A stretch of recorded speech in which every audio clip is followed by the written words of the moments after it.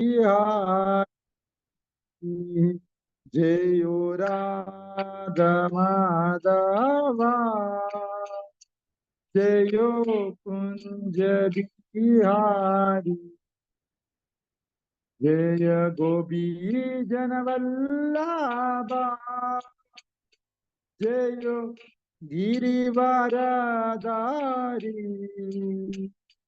जयो गिरिवरधारी जय गोपी जनवल्लभा जयो गिरिवरधारी जयो गिरिवरधारी जयो यशोदानंदना जयो ब्रजनरंजना जयो यशोदानंदना जयो ब्रजनरंजना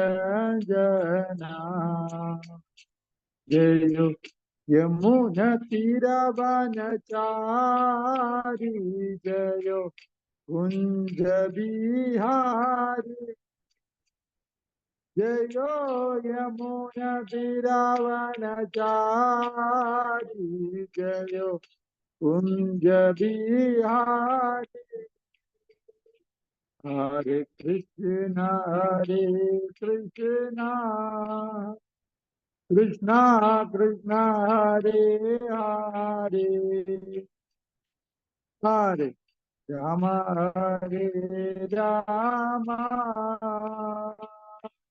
राम राम हरे हरे हरे कृष्णा कृष्णा कृष्णा हरे हरे हरे राम हरे राम राम राम हरे हरे जयो जगन्नाथ जयो जगन्नाथ बलदेवा जय सुभद्रा माई जयो जगन्नाथ जयो जगन्नाथ बलदेवा जय सुभद्रा माई जयो कृष्ण बलराम जयो कृष्ण बलराम कृष्ण बलराम जयो कृष्ण बलराम जयो कृष्ण बलराम जयो कृष्ण बलराम कृष्ण बलराम जयो कृष्ण बलराम जयो गौरानीदास जयो गौरानीदास गौरानीदास जयो गौरानीदास जयो गौरानीदास जयो गौरानीदास गौरानीदास जयो गौरानीदास जय जय प्रभुपाद प्रभुपाद प्रभुपाद जय जय प्रभुपाद जय जय प्रभुपाद प्रभुपाद प्रभुपाद जय जय प्रभुपाद जय जय गुरुदेव गुरुदेव गुरुदेव जय जय गुरुदेव जय जय गुरुदेव गुरुदेव गुरुदेव जय जय गुरुदेव ग्रंथराज श्रीमद् भागवतम बोध गीता पठन यज्ञ की जय हरिनाम संकीर्तन महायज्ञ की जय हरे कृष्णा महामंत्र युग धर्म की जय श्रीला प्रभुपाद की जय श्रील गुरुदेव की जय गौर प्रमानंदे हरि हरि बोल ओम नमो भगवते वासुदेवाय ओम नमो भगवते വാസുദേവായ. ഓം നമോ ഭഗവതേ വാസുദേവായ. ഓം നമോ ഭഗവതേ വാസുദേവായ. ഓം നമോ ഭഗവതേ വാസുദേവായ. ഓം നമോ ഭഗവതേ വാസുദേവായ.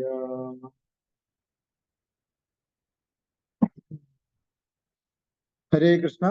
പ്രിയപ്പെട്ട ഭക്തജനങ്ങളെ, ഭഗവാന്റെ കൃപാ കടാക്ഷം കൊണ്ട് ഇന്ന് നമ്മൾ ഭഗവത്ഗീത യഥാരൂപം അധ്യായം 1 കുരുക്ഷേത്ര യുദ്ധക്കളത്തിലെ സൈന്യ നിരീക്ഷണം എന്നുള്ള അധ്യായത്തിൽ 23-ാമത്തെ ശ്ലോകമാണ് ഇന്ന് നമ്മൾ ഇവിടെ ചർച്ച ചെയ്യുന്നത്. ശരിയല്ലേ? ഭഗവത്ഗീത 1:23, 1 അധ്യായം 23-ാം ശ്ലോകം. യോത്സ്യാമാനാനവേക്ഷ്യാഹം യോത്സ്യാമാനാനവേക്ഷ്യാഹം യായേതോ അത്ര സമാഗതാഃ.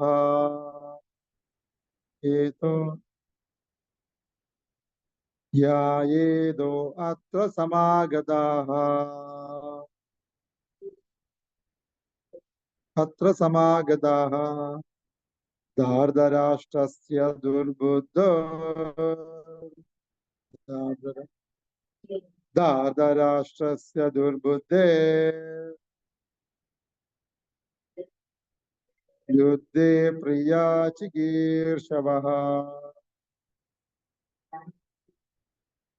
യുദ്ധേ പ്രിയാ ചികീർഷവഃ. യോത്സ്യാമാനാനവേക്ഷ്യാഹം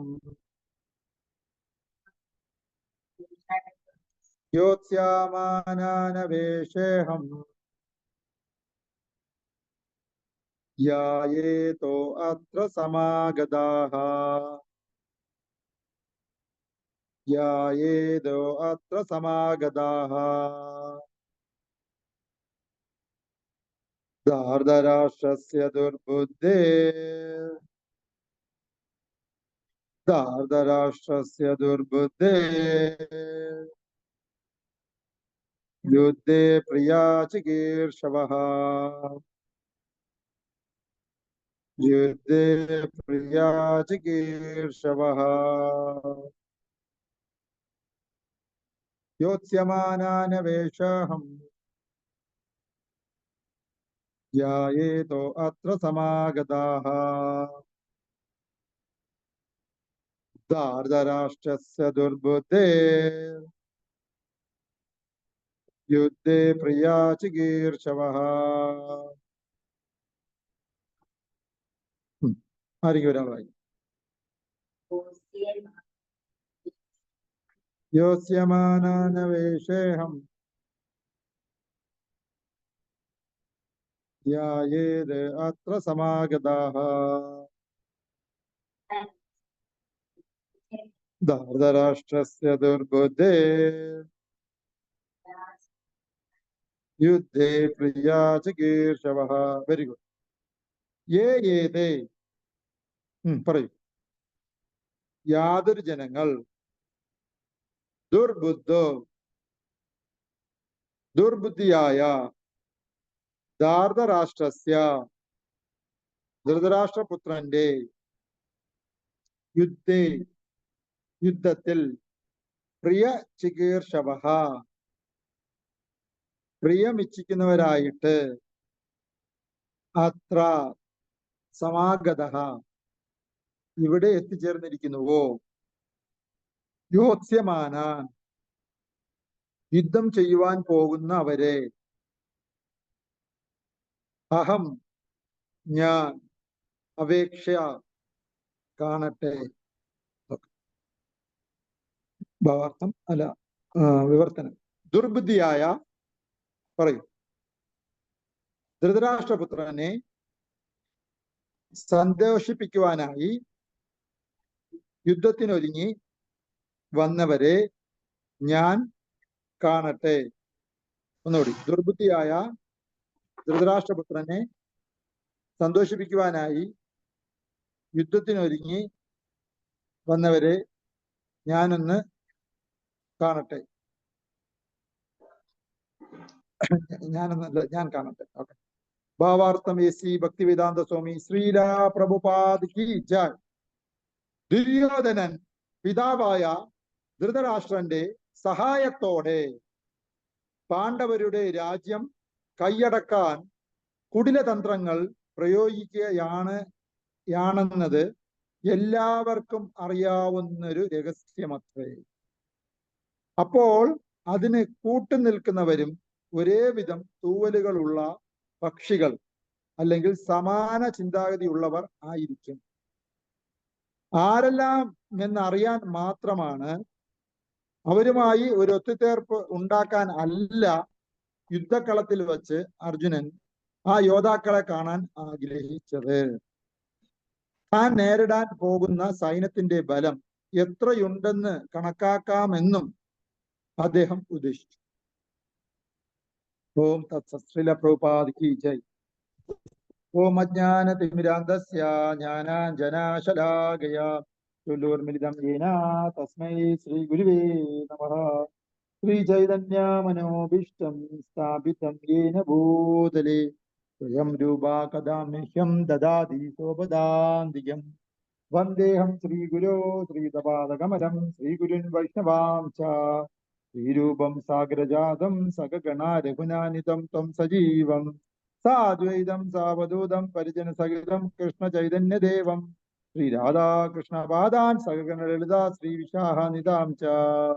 ഹേ കൃഷ്ണ കരുണാ സിന്ധോ ദീനബന്ധോ ജഗത്പദേ ഗോപേശ ഗോപിക കാന്ത രാധാ കാന്ത നമസ്തുതേ.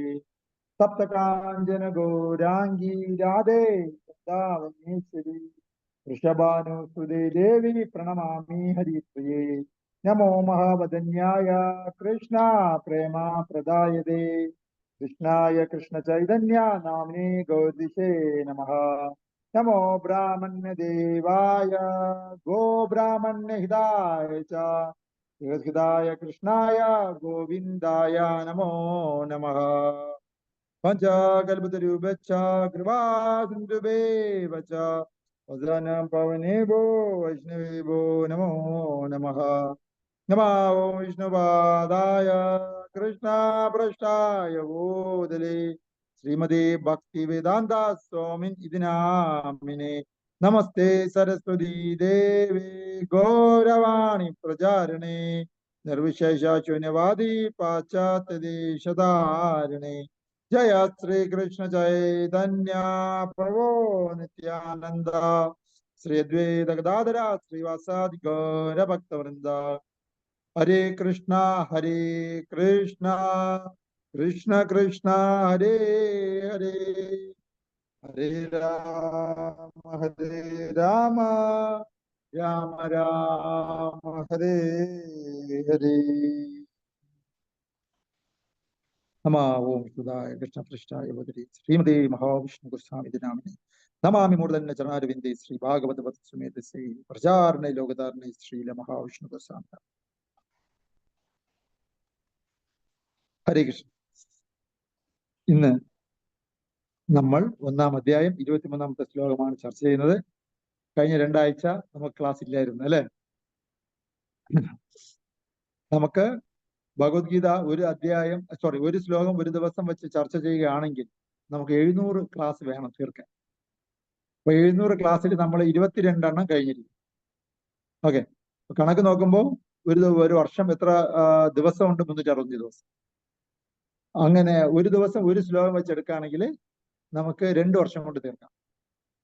ഒരു ആഴ്ചയിൽ ഒന്നാണ് എങ്കിൽ ഒരു വർഷത്തിലെ 53 ആഴ്ചകളാണുള്ളത്.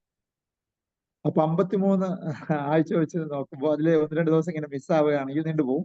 എനിവേ, അപ്പോ 53 വെച്ച് നോക്കുമ്പോൾ കണക്കനുസരിച്ച് ഒരു 8 വർഷം 9 വർഷം വേണം തീർക്കാൻ.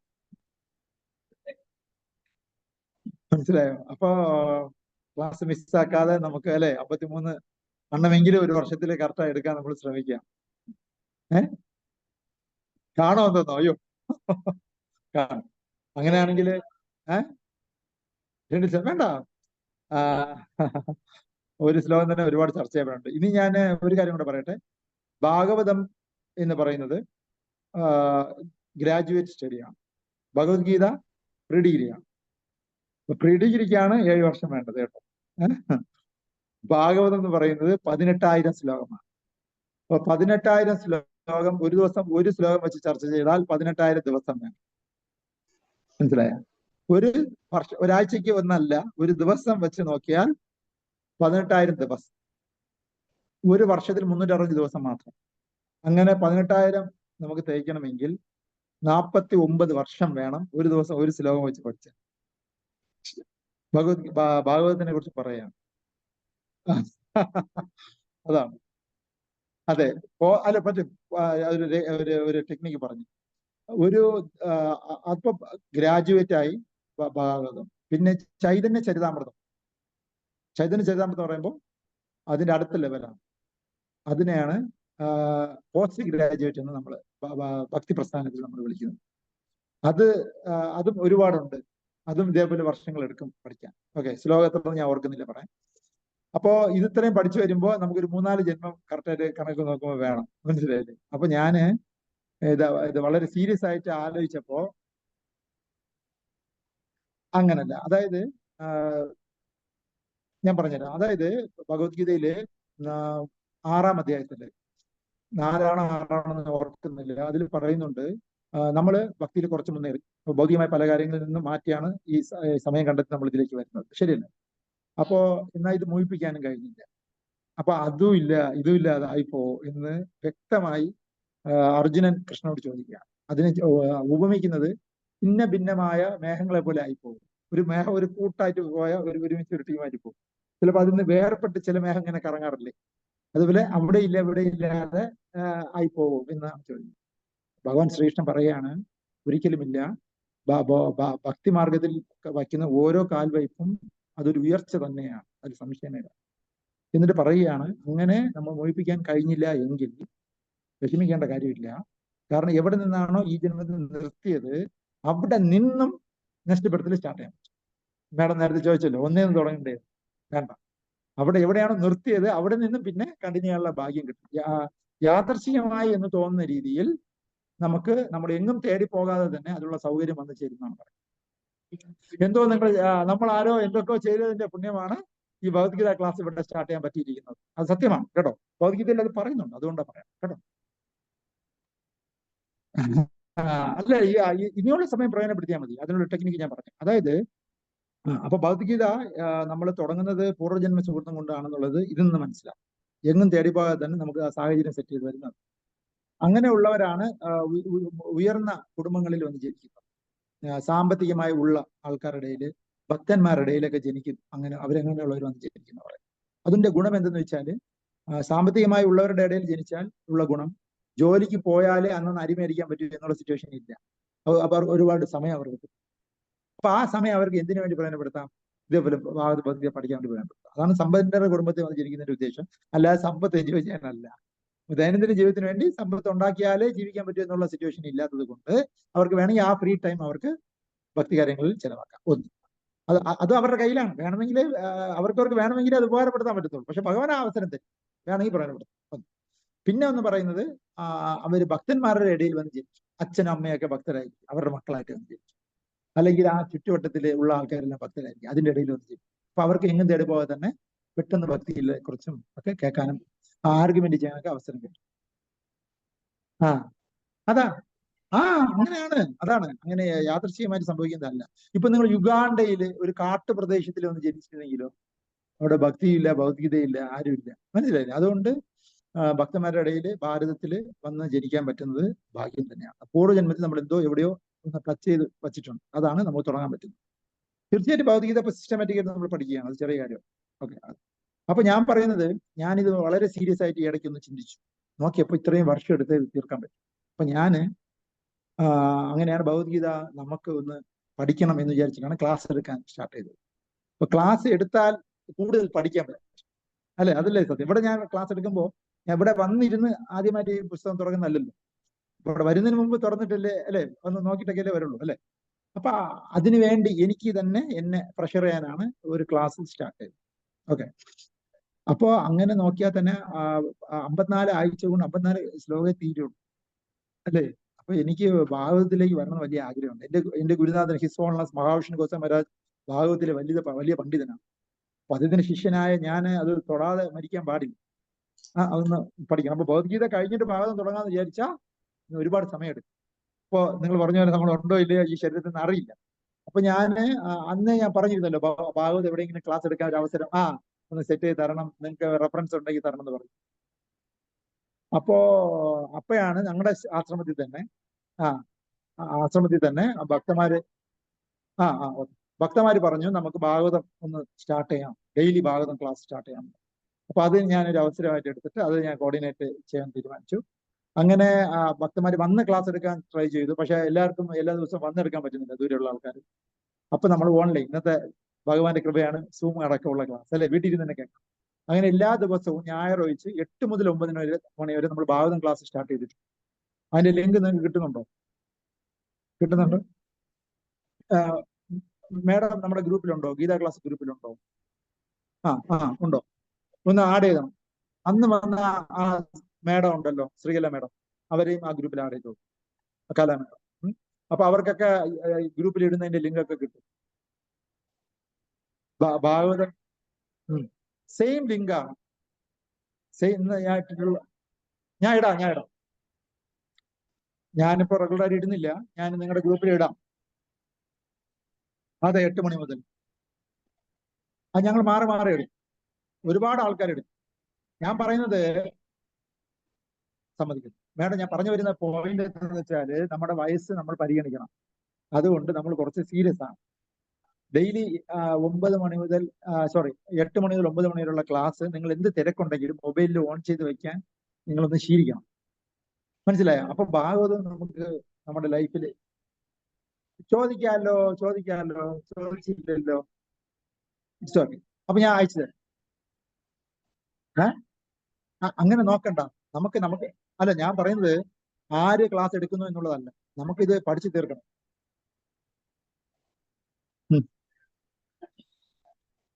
ഞാൻ പറയുന്നത്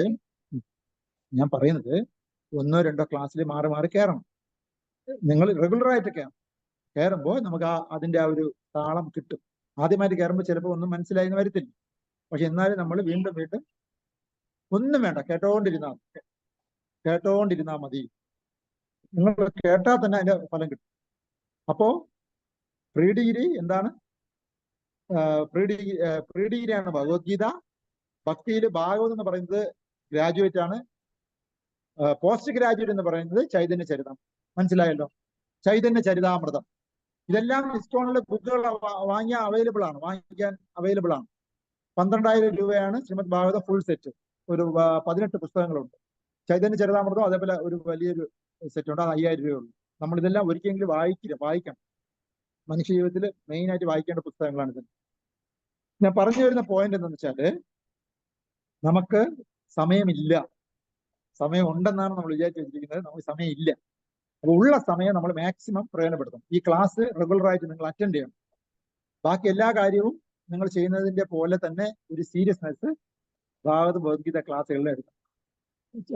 ആഴ്ചയ്ക്ക് ഒരു ദിവസം നമ്മൾ ഇതേപോലെ ഇവിടെ ഒരുമിച്ച് ഞായറാഴ്ച തോറും ഒരുമിച്ച് കൂടാം ഭഗവത്ഗീത ക്ലാസ്. ബാക്കി എല്ലാ ദിവസവും നിങ്ങൾ 2 ക്ലാസ്സിൽ അറ്റൻഡ് ചെയ്യണം എല്ലാ ദിവസവും. രാവിലെ 8 മുതൽ 9 മണി വരെ ശ്രീമദ് ഭാഗവതം ക്ലാസ്, വൈകുന്നേരം 5 മുതൽ 6 മണി വരെ ചൈതന്യ ചരിതാമൃതം ക്ലാസ്.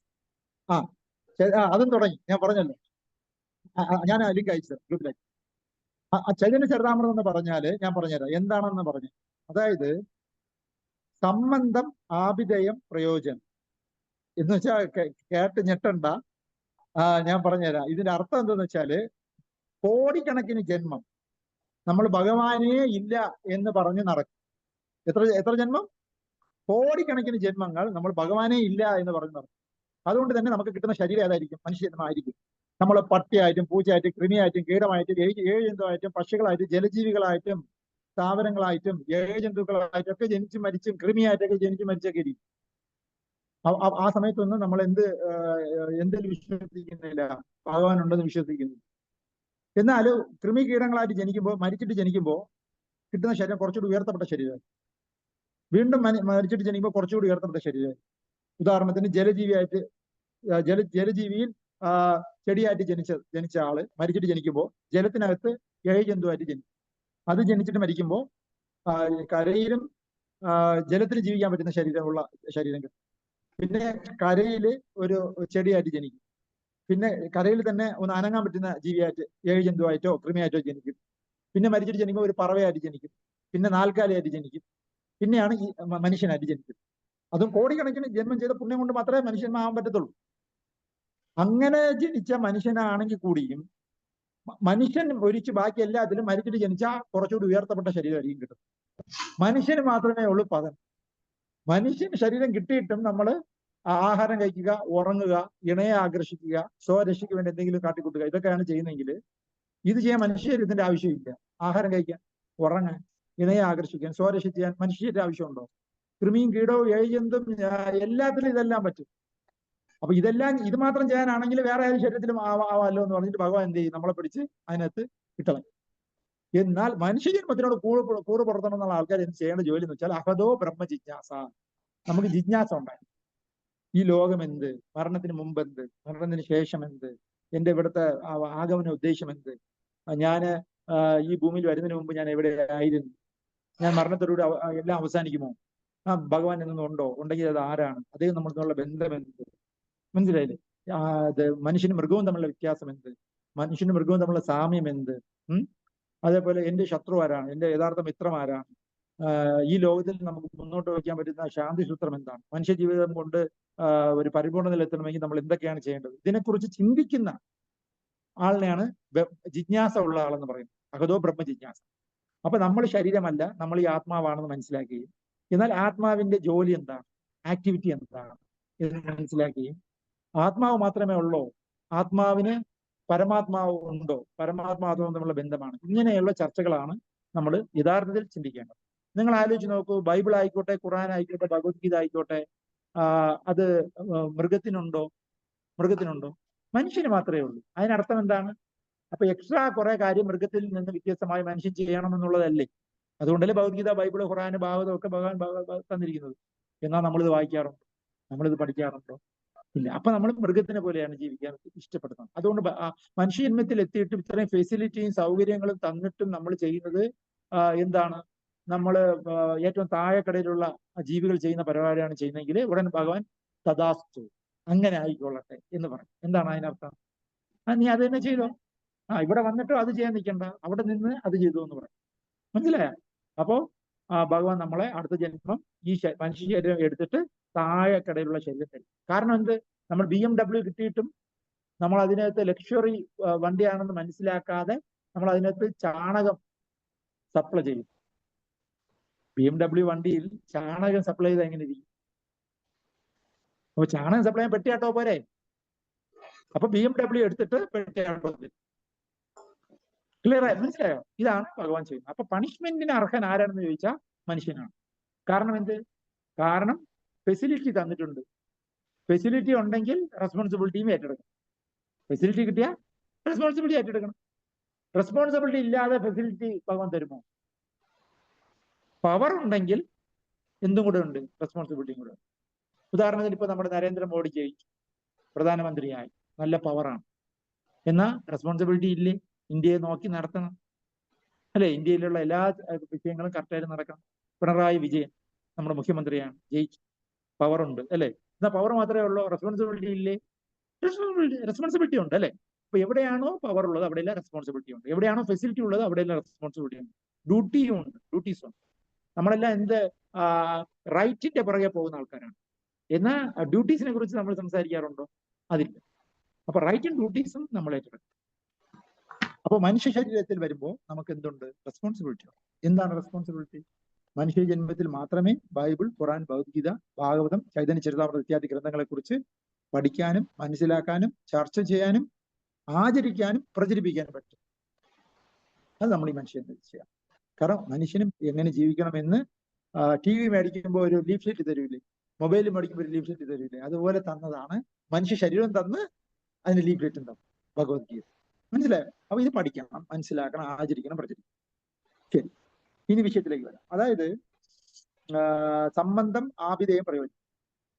കോടിക്കണക്കിന് ജന്മം ഭഗവാനേ ഇല്ല എന്ന് പറഞ്ഞ് നടക്കുന്ന നമ്മൾ എത്രയോ കോടി ജന്മങ്ങളിൽ മരിച്ചു ജനിച്ചപ്പോൾ ഉണ്ടായ പ്രവർത്തനത്തിന്റെ ഭാഗമായി ഉണ്ടാക്കിയ പുണ്യം കൊണ്ട് നമുക്ക് ഒരു കാലത്ത് മനസ്സിലാവും ഭഗവാനോ. ഭഗവാൻ എന്ന് നമ്മൾ അതിനെ പേരിടില്ല, പകരം നമ്മൾ ഇടുന്ന പേര് നമ്മൾക്ക് ഉപരി ഏതോ ഒരു ശക്തി നമ്മളെ നിയന്ത്രിക്കുന്നുണ്ട് എന്ന് നമ്മൾ സമ്മതിക്കും. മനസ്സിലായി? അല്ലെങ്കിൽ എല്ലാം നമ്മൾ പ്ലാൻ ചെയ്തതുപോലെ നടക്കണ്ടേ ഈ ലോകത്ത്? നടക്കുന്നില്ലല്ലോ. പലതും നമ്മൾ പ്ലാൻ ചെയ്തതുപോലല്ലോ നടക്കുന്നത്. അപ്പൊ നമുക്ക് ഉപരി ഏതോ ഒരു ശക്തി ആക്ടിവിറ്റീസിനെ നിയന്ത്രിക്കുന്നുണ്ട്. നമ്മുടെ കയ്യിലല്ല എല്ലാം, നമുക്ക് ഉപരി ഏതോ ഒരു ശക്തി നമ്മളെ തന്നെ നിയന്ത്രിക്കുന്നുണ്ട് എന്ന് മനസ്സിലാക്കാൻ തുടങ്ങും. അങ്ങനെ തുടങ്ങുമ്പോഴാണ് അത് ആര്, അത് എന്ത്, അത് എന്തിന്റെ അടിസ്ഥാനത്തിൽ, അത് എന്താണ് അതിനുള്ള നിയമം എന്നതിനെ കുറിച്ചുള്ള ഒരു ജിജ്ഞാസ വന്നു. മനസ്സിലായ? അപ്പോഴാണ് ഇതിന്റെയൊക്കെ സംബന്ധിക്കുന്ന വിഷയത്തിനെ കുറിച്ച് കൂടുതൽ കൂടുതൽ അറിവ് സമ്പാദിക്കാനുള്ള ടെൻഡൻസി ഉണ്ടാവുന്നത്. ആ ടെൻഡൻസിയാണ് മനുഷ്യജന്മത്തിൽ വേണമെന്ന് ശാസ്ത്രത്തിൽ പറഞ്ഞിരിക്കുന്നത്. ആ ടെൻഡൻസിയുടെ മറ്റൊരു പേരാണ് അഹദോ ബ്രഹ്മ ജിജ്ഞാസ. ജിജ്ഞാസ, പരമസത്യത്തിനെ കുറിച്ചുള്ള അറിയാനുള്ള ആഗ്രഹം. അത് നമ്മൾ ഇങ്ങനെ ഡെവലപ്പ് ചെയ്തുകൊണ്ടേ വരണം. ചോദ്യം ചോദിക്കണം, ഉത്തരം പറയാം. വൈ, WHY എന്ന് ചോദിക്കുന്ന ആ ചോദ്യത്തിന് ചോദിക്കാൻ പറ്റുന്ന കഴിവ് ആർക്കുണ്ട്? മനുഷ്യനേ ഉള്ളൂ, മൃഗത്തിനില്ല. മനുഷ്യൻ ഞാൻ ആഗ്രഹിക്കുന്നില്ലെങ്കിലും എനിക്ക് ദുഃഖം വരുന്നുണ്ടല്ലോ, അത് എന്തുകൊണ്ട് എന്ന് ചിന്തിക്കാനുള്ള ബുദ്ധി മൃഗത്തിനില്ല. മനസ്സിലായോ? എന്ന് മനുഷ്യനുണ്ട്. അപ്പൊ WHY, വൈ എന്ന് ചോദ്യം ചോദിക്കാനുള്ള കഴിവിനെയാണ് അഹദോ ബ്രഹ്മ ജിജ്ഞാസ എന്ന് പറയുന്നത്. ആ ചോദ്യം വീണ്ടും വീണ്ടും ചോദിക്കണം. ചോദിക്കുന്നവന് അന്വേഷിപ്പിൻ കണ്ടെത്തും, അന്വേഷിക്കുന്നവനെ ആ ഉത്തരം കിട്ടും. മുട്ടുവിൻ തുറക്കപ്പെടും. അപ്പൊ ഈ ചോദ്യത്തിന് ഉത്തരം മുട്ടി നോക്കണം. എവിടെ നിന്നൊക്കെ കിട്ടും? ബൈബിളിൽ മുട്ടി നോക്കണം, ഖുറാനിൽ മുട്ടി നോക്കണം, ഭഗവത്ഗീതയിൽ മുട്ടി നോക്കണം, ഭാഗവത്തിൽ മുട്ടി നോക്കണം, ചൈതന്യ ചരിതാമൃതത്തിൽ മുട്ടി നോക്കണം. അപ്പൊ ഇതിന് ഉത്തരം. മനസ്സിലായോ? അപ്പോ സംബന്ധം, ഇതുമായിട്ട് സംബന്ധിച്ചുള്ള കാര്യങ്ങൾ, ഉത്തരം എനിക്ക് എവിടെ നിന്ന് കിട്ടും എന്ന് സംബന്ധിക്കുന്ന, ഈ ഇതുമായിട്ട് ബന്ധപ്പെട്ട് സംബന്ധിക്കുന്ന വിഷയങ്ങളെ കുറിച്ച് നമുക്ക് പറഞ്ഞു തരുന്ന ആധികാരികമായ ഗ്രന്ഥമാണ് ഭഗവത്ഗീത. അതിലെന്ത് പറയുന്നുണ്ട്? ഭഗവാനും നമ്മളും തമ്മിലുള്ള ബന്ധം പറയും. സംബന്ധം, സംബന്ധം, സംബന്ധം. ഏതിന് സംബന്ധം? നമ്മളല്ലാതെ ഒരു ശക്തി നമ്മളെ നിയന്ത്രിക്കുന്നുണ്ട് എന്നുള്ള ആ സംബന്ധിച്ച വിഷയങ്ങളെ കുറിച്ച് നമുക്ക് അറിവ് നൽകുന്ന ഗ്രന്ഥം.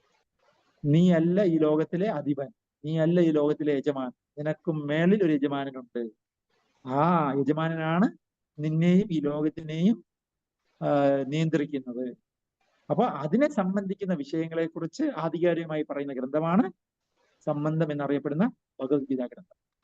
അപ്പൊ അവിടെ പറയുന്നത് ബന്ധം. ഏത് ബന്ധം? ആത്മാവും പരമാത്മാവും തമ്മിലുള്ള ബന്ധത്തിനെ കുറിച്ച് അവിടെ പറയും. എന്താണ് ആ ബന്ധം? പരമാത്മാവ് ആണ് ആത്മാവിനെ നിയന്ത്രിക്കുന്നത്. ആ ബന്ധത്തിനെ കുറിച്ചാണ് പറയും. ആത്മാവ് സ്വതന്ത്രനല്ല, ആത്മാവിന്റെ ആക്ടിവിറ്റീസ് അവന്റെ കയ്യിലല്ല. അവൻ പ്ലാൻ ചെയ്യുന്ന പോലെ അല്ല ഈ ലോകത്ത് നടക്കാൻ പോകുന്നത്, നടന്നുകൊണ്ടിരിക്കുന്നത്. അതിന് ഉപരി ഒരു പരമാത്മാവ് അയാളെ ഗവേൺ ചെയ്യുന്നു, നിയന്ത്രിക്കുന്നു. അതിനെ സംബന്ധിക്കുന്ന വിഷയത്തിനെ കുറിച്ച് അറിവ് നൽകുന്ന ഗ്രന്ഥമാണ് എന്താണ്? സംബന്ധ ഗ്രന്ഥമായ ഭഗവത്ഗീത. ഓക്കെ, സംബന്ധം കഴിഞ്ഞാല് ശരി, എനിക്ക് മനസ്സിലായി എന്താണ് എന്നെ സംബന്ധിക്കുന്ന ആധികാരികമായ വിഷയമെന്ന് മനസ്സിലായി. ഭഗവാൻ എന്നെ കൺട്രോൾ ചെയ്യുന്നുണ്ട്, ഒരു ശക്തി എന്നെ കൺട്രോൾ ചെയ്യുന്നുണ്ട്, അത് പരമാത്മാവാണെന്ന് മനസ്സിലായി. സംബന്ധം മനസ്സിലായത് കൊണ്ട് മാത്രമായോ?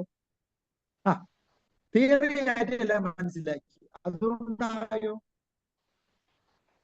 അപ്പൊ മനസ്സിലാക്കി കഴിഞ്ഞാൽ അതനുസരിച്ച് പ്രവർത്തിക്കണ്ടേ? ശരിയല്ലേ? നമുക്കൊരു ഫോർമുല കിട്ടിക്കഴിഞ്ഞാൽ അതനുസരിച്ച് നമ്മൾ പ്രവർത്തിക്കണ്ടേ? അല്ലെ?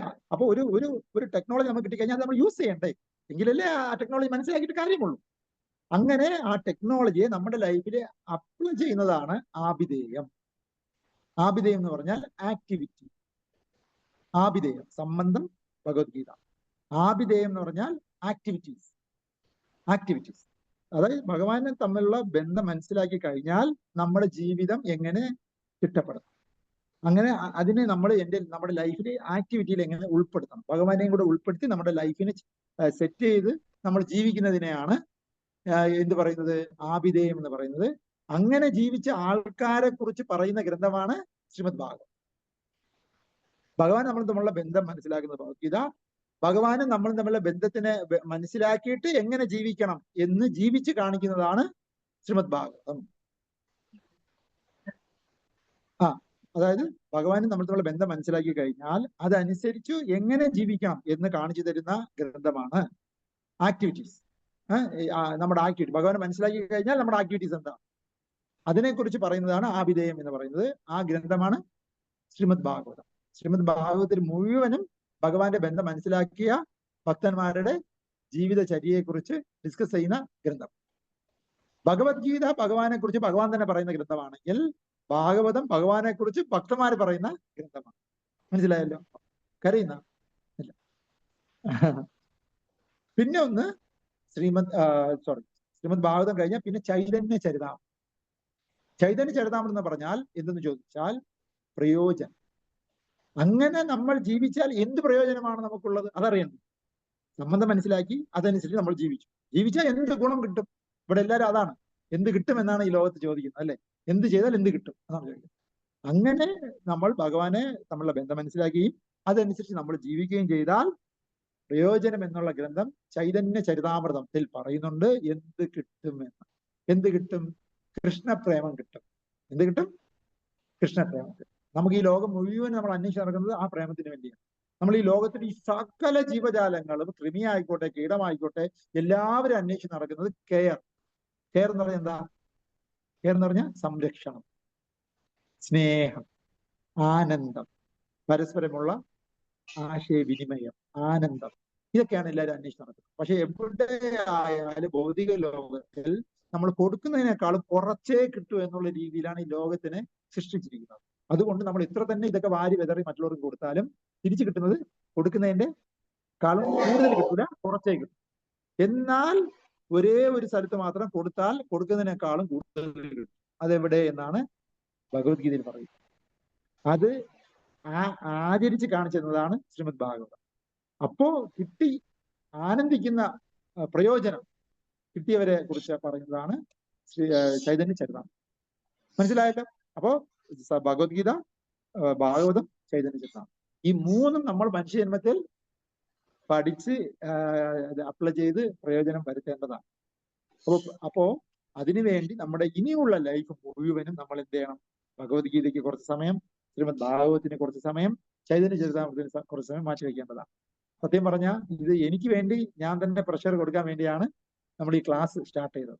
പല ഡ്യൂട്ടിമാരെയും കൊണ്ട് ഭാഗവതം ക്ലാസ് എല്ലാ ദിവസവും രാവിലെ 8 മുതൽ 9 മണി വരെ കണ്ടിന്യൂസ് ആയിട്ട് ഞായർ വെച്ച ദിവസങ്ങളിൽ ഭഗവാൻ സഹായിച്ച് നടക്കുന്നുണ്ട്.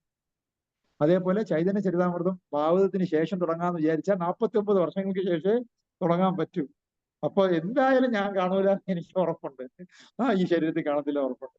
അതെ, അതുകൊണ്ട് ഞാൻ കുറച്ച് സ്വാർത്ഥനാവാൻ തീരുമാനിച്ചു. അതുകൊണ്ട് ശ്രീമദ് ഭാഗവതം രാവിലെ നടക്കുന്നതിന്റെ കൂടെ ചൈതന്യ ചരിതാമൃതത്തിന് ഒരു സ്പേസ് കൊടുക്കണമെന്ന് വിചാരിച്ചിട്ട് വൈകുന്നേരം 5 മുതൽ 6 മണി വരെ നമ്മൾ സ്റ്റാർട്ട് ചെയ്തു. നല്ല നല്ല ഉയർന്ന ഭക്തന്മാരെ കൊണ്ടാണ് ക്ലാസ് ലഭിച്ചുകൊണ്ടിരിക്കുന്നത്. അപ്പൊ നമ്മൾ എന്ത് തിരക്കിന്റെ ഇടയിലും ഈ ചെവി മാത്രം ഏതിന് കൊടുക്കുക? ഇതിനങ്ങ് കൊടുക്കുക. ഇന്ന് ഭഗവാൻ എല്ലാ ഫെസിലിറ്റിയും നമുക്ക് തന്നിട്ടുണ്ട്. എന്താ? നമുക്ക് ഭഗവാൻ മൊബൈൽ തന്നിട്ടുണ്ട്. എവിടെ? നമുക്ക് മൊബൈൽ തരാൻ തന്നിട്ടുണ്ട്. ശരിക്കും നമ്മൾ മൊബൈല് ശരിക്കും ഉപയോഗപ്പെടുത്തണമെങ്കിൽ ഇങ്ങനെയാണ് ഉപയോഗപ്പെടുത്തുന്നത്. സൂം ക്ലാസ്, വീട്ടിൽ ഇരുന്നുകൊണ്ട് തന്നെ ഭാഗവതം ക്ലാസ് കേൾക്കാനുള്ള ഭാഗ്യം. ശ്രദ്ധിക്കും. അതാണ്. അപ്പൊ ഭാഗവതം വീട്ടിൽ ഇരുന്നുകൊണ്ട് തന്നെ പഠിക്കാൻ ഭഗവാൻ ഇപ്പോൾ കലിയുഗത്തിലെ ആൾക്കാരുടെ അവസ്ഥ മനസ്സിലാക്കിയിട്ട്, തിരക്കൊക്കെ ഉള്ള ആൾക്കാരാണെന്ന് ഭഗവാനെ മനസ്സിലായി. അതുകൊണ്ട് വീട്ടിൽ ഇരുന്ന് തന്നെ ഭാഗവതം കേട്ടോളൂ എന്ന് പറഞ്ഞിട്ട് മൊബൈൽ ഫോൺ തന്നിട്ടുണ്ട്, വാട്സപ്പ് തന്നിട്ടുണ്ട്, ഇന്റർനെറ്റ് തന്നിട്ടുണ്ട്, ഡാറ്റ തന്നിട്ടുണ്ട്, അല്ലെ? പിന്നെന്ത് തന്നിട്ടുണ്ട്? സൂം തന്നിട്ടുണ്ട്, സൂമിന്റെ ലിങ്ക് തന്നിട്ടുണ്ട്, അത് ഓർഗനൈസ് ചെയ്യാൻ ഭക്തന്മാരെ തന്നിട്ടുണ്ട്, ക്ലാസ് എടുക്കാൻ നല്ല ഭക്തന്മാരെയും തന്നിട്ടുണ്ട്. നമുക്ക് ആകെ വേണ്ടത് ചെവി ഇങ്ങനെ ഒന്ന് വെച്ചുകൊണ്ടിരിക്കണം, അത്രയേ ഉള്ളൂ. അപ്പൊ അത്രയും ലിബറൽ ആക്കി തന്നിരിക്കുകയാണ്. കാരണം മനുഷ്യജന്മം 1,00,000 വർഷം സത്യവതി ഉള്ളതുപോലെ ഇല്ല എന്ന് ഭഗവാൻ അറിയാം. ത്രേതായുഗത്തില് 10,000 വർഷം ഉണ്ടായിരുന്ന പോലെ നമുക്കില്ല എന്ന് ഭഗവാൻ അറിയാം. ദ്വാപര യുഗത്തില് 1000 വർഷം നമുക്ക് ഉണ്ടായിരുന്ന പോലെ ഇല്ല എന്നറിയാം. കലിയുഗത്തിൽ മാക്സിമം പോയാൽ 100 വർഷമേ ഉള്ളെന്ന് ഭഗവാൻ അറിയാം. ആ 100 വർഷത്തിനകത്ത് ഇതെല്ലാം മനസ്സിലാക്കി പഠിക്കാനുള്ള സമയമില്ലെന്നും ഭഗവാൻ അറിയാം. അതുകൊണ്ട് ഭഗവാൻ നമുക്ക് സൂമ തന്നിരിക്കുകയാണ്. അതുകൊണ്ട് ഭഗവാൻ മൊബൈൽ തന്നിരിക്കുകയാണ്. അതുകൊണ്ട് നിങ്ങൾ വന്നിരുന്ന് കേൾക്കാനുള്ള സമയം ട്രാവലിംഗ് ടൈമായിട്ട് നഷ്ടപ്പെടുത്തണ്ട.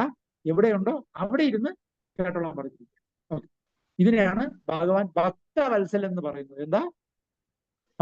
ഭഗവാൻ ഭക്തന്റെ ആഗ്രഹം അനുസരിച്ച് ഭഗവാൻ പെരുമാറുന്ന ആളാണ് ഭക്തവത്സൽ. ഇന്നത്തെ ശ്ലോകവും ഭക്തവത്സൽ എന്നുള്ള വാക്കുമായിട്ട് കണക്റ്റഡാണ്. അത് പറയാനാണ് ഞാൻ ഇത്രയും പറഞ്ഞത്. സത്യയുഗത്തില്, ദ്വാപാരയുഗത്തിൽ, ത്രേതായുഗത്തില്, അല്ലെങ്കിൽ അർജുനന്റെ സമയത്ത് മാത്രമല്ല ഭഗവാൻ ഭക്തവത്സൽ.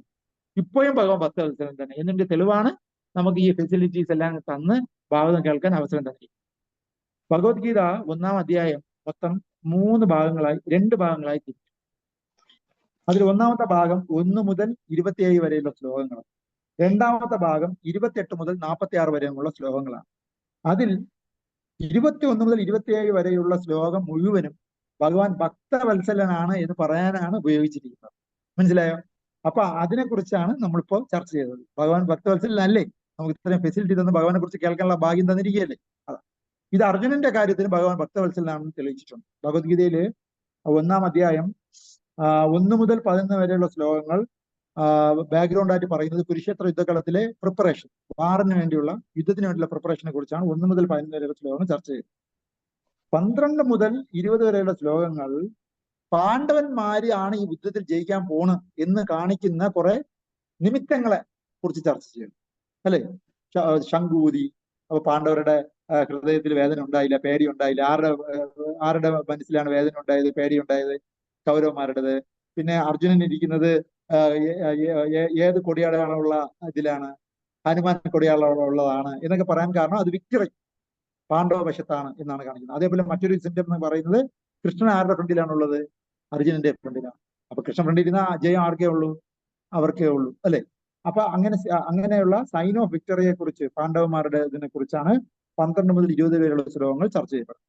ഇന്നത്തെ ശ്ലോകം വരുന്നത് 3-ാമത്തെ സെക്ഷനായ കൃഷ്ണ ആസ് ഭക്തവത്സല. കൃഷ്ണൻ ഒരു ഭക്തവത്സലനാണ് എന്ന് കാണിക്കുന്ന വിഷയങ്ങളെ സംബന്ധിക്കുന്ന പോയിന്റ്സിനെ കുറിച്ച് പറഞ്ഞാണ് 21 മുതൽ 27 വരെയുള്ള ശ്ലോകങ്ങളിൽ പറയുന്നത്.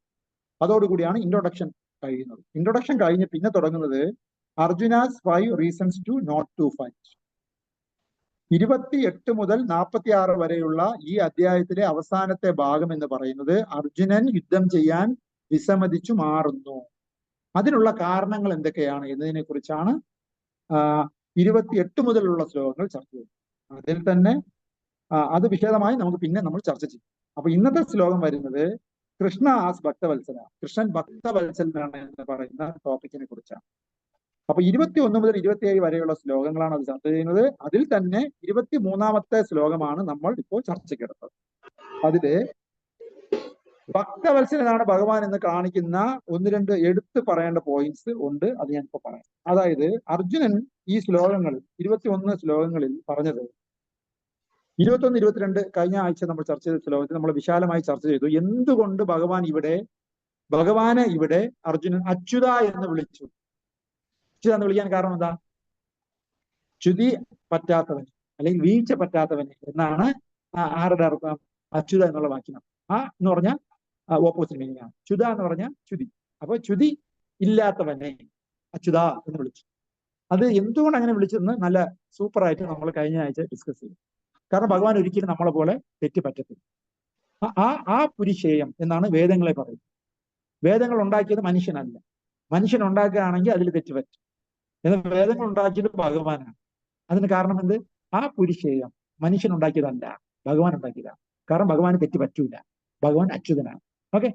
ഇവിടെ അർജുനൻ അച്യുത എന്റെ തേര് കൊണ്ട് 2 സൈന്യങ്ങളുടെ നടുക്ക് കൊണ്ട് നിർത്ത് എന്ന് ആരോട് പറയുന്നു?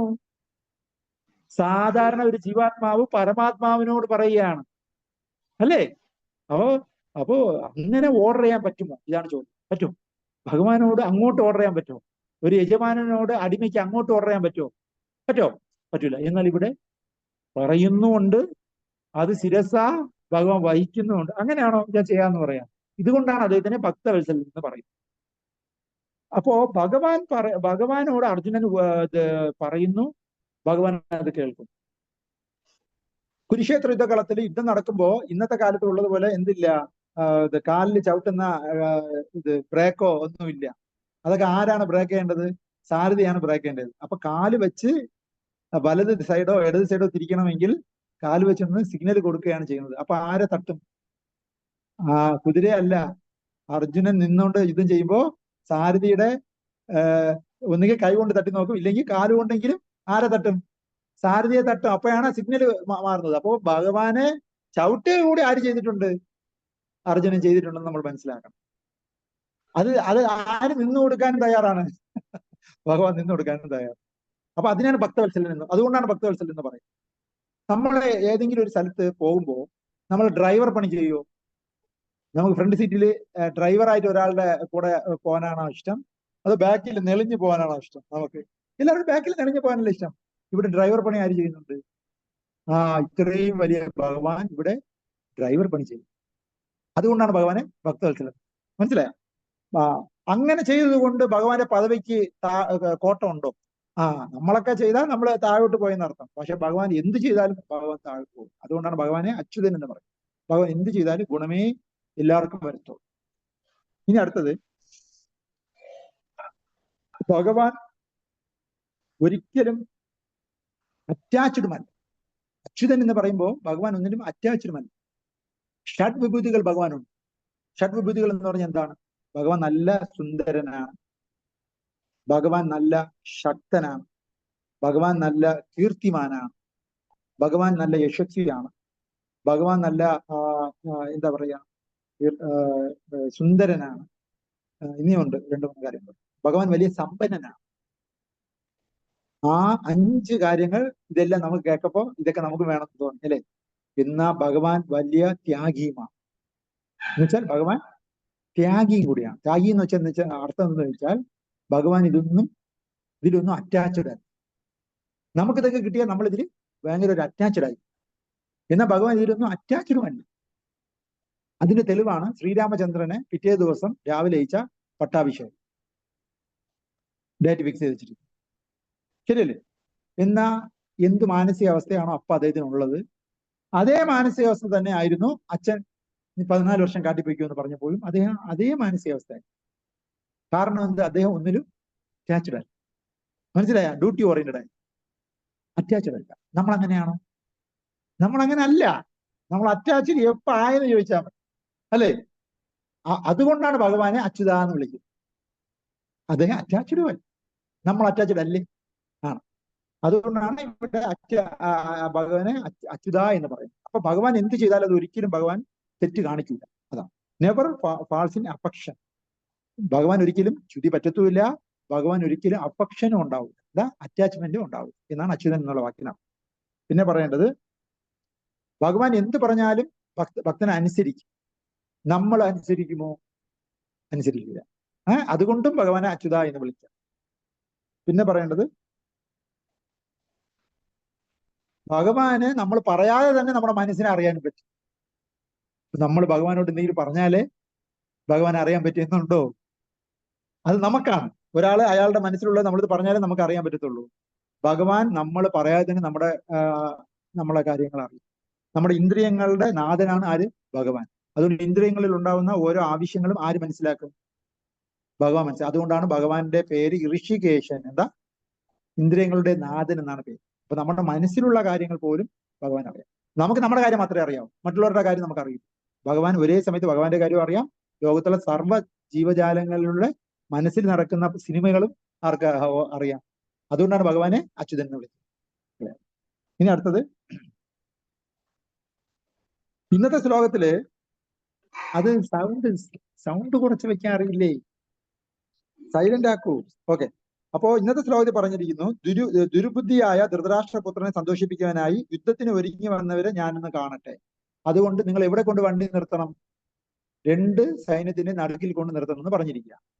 അത് എന്തുകൊണ്ട് അങ്ങനെ അർജുനൻ പറഞ്ഞു എന്ന് ചോദിച്ചാൽ, ഒന്ന്, അർജുനൻ യഥാർത്ഥത്തിൽ യുദ്ധം ചെയ്യാൻ കൊതിയായിട്ടല്ല.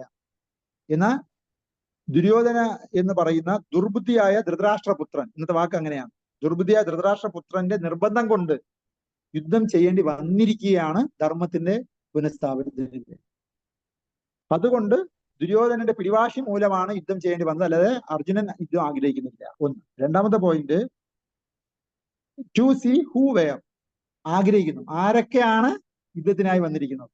അത് 3 മാനസികാവസ്ഥയോടുകൂടിയാണ്. ഒന്ന്, യുദ്ധം ചെയ്യാൻ മടിയില്ലാതെ ഭയമില്ലാതെ വന്നു ചേർന്നവർ ആണവർ, ശരിയല്ലേ? 2, യുദ്ധം ആഗ്രഹിച്ചു വിവശരായിരിക്കുകയാണ്, എനിക്ക് യുദ്ധം ചെയ്യണം, ഇപ്പൊ ചെയ്യണം എന്ന് പറഞ്ഞ് വന്നിരിക്കുകയാണ്. ഭയമില്ലാതെ വന്നു, യുദ്ധത്തിന് യുദ്ധം വേണമെന്ന് ആഗ്രഹിച്ച് വന്നിരിക്കുകയാണ്. 2, 3, അവർ എന്ത് ചെയ്യാൻ ഒന്നുകൂടെ മരണത്തിന് ഭയമില്ലാതെ വന്നു. യുദ്ധത്തിന് വന്നാൽ ഒന്നുകിൽ തിരിച്ചു പോകും, അല്ലെങ്കിൽ ജയിക്കും. ഒന്നുകിൽ മരിക്കും, അല്ലെങ്കിൽ ജയിക്കും. 2 കുഴപ്പമില്ല, ഞാനും ഉണ്ട് എന്ന് പറഞ്ഞ് വന്നിരിക്കുകയാണ്. അപ്പൊ അങ്ങനെ വന്നു ചേർന്ന ആൾക്കാരെ ഞാനൊന്ന് കാണട്ടെ എന്ന് അർജുനൻ ആഗ്രഹിച്ചാണ് ഈ തേര് മുന്നിൽ കൊണ്ട് നിർത്താൻ പറഞ്ഞത്. എന്നിട്ട് ആഗ്രഹിച്ചു. അങ്ങനെ എത്ര പേര് വന്നിട്ടുണ്ട്. അങ്ങനെ 1-2 ആൾക്കാരല്ലല്ലോ വന്നിരിക്കുന്നത്, ഒരുപാട് പേര് വന്നിരിക്കുകയല്ലേ. എങ്കിൽ അത്രയും പേരെ എനിക്കൊന്ന് ഓവറാൾ എനിക്കൊന്ന് കാണാം. അങ്ങനെ കാണുന്നത് ഒരു യോദ്ധാവിന്റെ ശരിയായ ഒരു നീക്കവുമാണ്. കാരണം എന്ത്, ഓപ്പോസിറ്റ് ശക്തി എത്രത്തോളം ശക്തനാണ് അതനുസരിച്ച് നമുക്കും പ്ലാൻ ചെയ്യണ്ടേ. അതുകൊണ്ട് ഒന്ന് കാണും. ഇനി അങ്ങനെ പോയി കണ്ടിട്ട് അവരുടെ അടുത്ത് അങ്ങനെ നടക്ക് പോകുന്നുണ്ടല്ലോ, പോകുന്നതിന്റെ ഉദ്ദേശം അവരുടെ അടുത്ത് കോംപ്രമൈസ് ചർച്ച ചെയ്യാനാണോ? അല്ല, അങ്ങനെ ചിന്തിക്കണ്ട.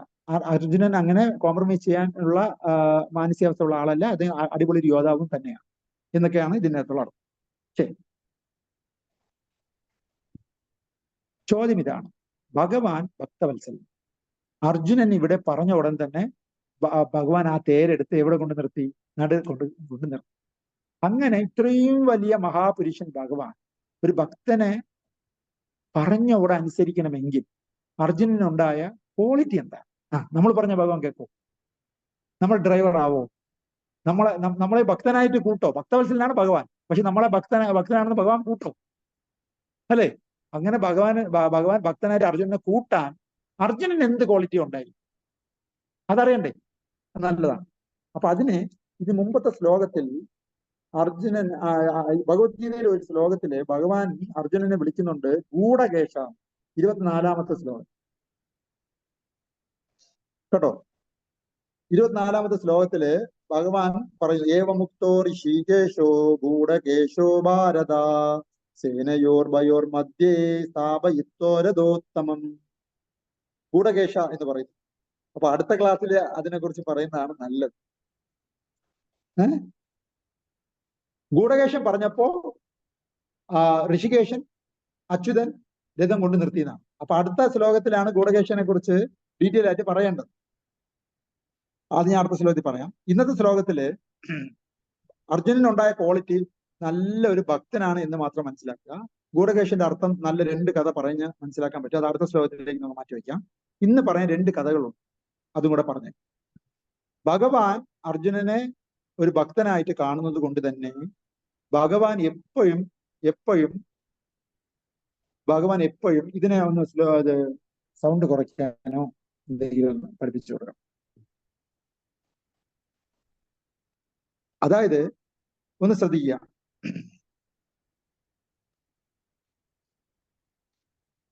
രണ്ട് കഥ പറയാം. ഭഗവാൻ ഭക്തവത്സനാണ് എന്ന് കാണിക്കാൻ 2 കഥകൾ നമ്മൾ പറയാം. അതിൽ ഒരു കഥ ശ്രദ്ധിക്കണം. ഭഗവാൻ ഒരു സമയത്തും ഭക്തന്മാരെ കൈവിടത്തില്ല. ഒരുപാട് കഥകളുണ്ട്. അതിൽ ഒരു കഥ ഞാൻ പറയുകയാണ്. ഒന്ന്, നമുക്കറിയാം രാമായണത്തില് ശ്രീരാമചന്ദ്രൻ വാനരന്മാരുടെ സഹായത്തോടു കൂടിയാണ് എന്ത് നിർമ്മിച്ചത്? പാലം നിർമ്മിച്ചത്, ലങ്കയിലേക്കുള്ള പാലം. അപ്പൊ നമുക്ക് തോന്നും എന്തുകൊണ്ട് രാമചന്ദ്രൻ സ്വയം അമ്പ് വിട്ടാൽ മാത്രം മതി, അദ്ദേഹത്തിന് ഒരു പാലം പറയാനുള്ള ശക്തി ഉണ്ട്, എന്നിട്ട് എന്തുകൊണ്ട് അദ്ദേഹം ചെയ്തു? ഇതൊരു ചോദ്യമാണ്. ഈ ചോദ്യം രാമേശ്വരം എന്നുള്ള സ്ഥലത്ത് എത്തിയപ്പോ അർജുനൻ ആലോചിക്കുകയുണ്ടായി. അപ്പോ സാന്ദർഭികവശാൽ അവിടെ ഒരു കുരങ്ങൻ വന്നു.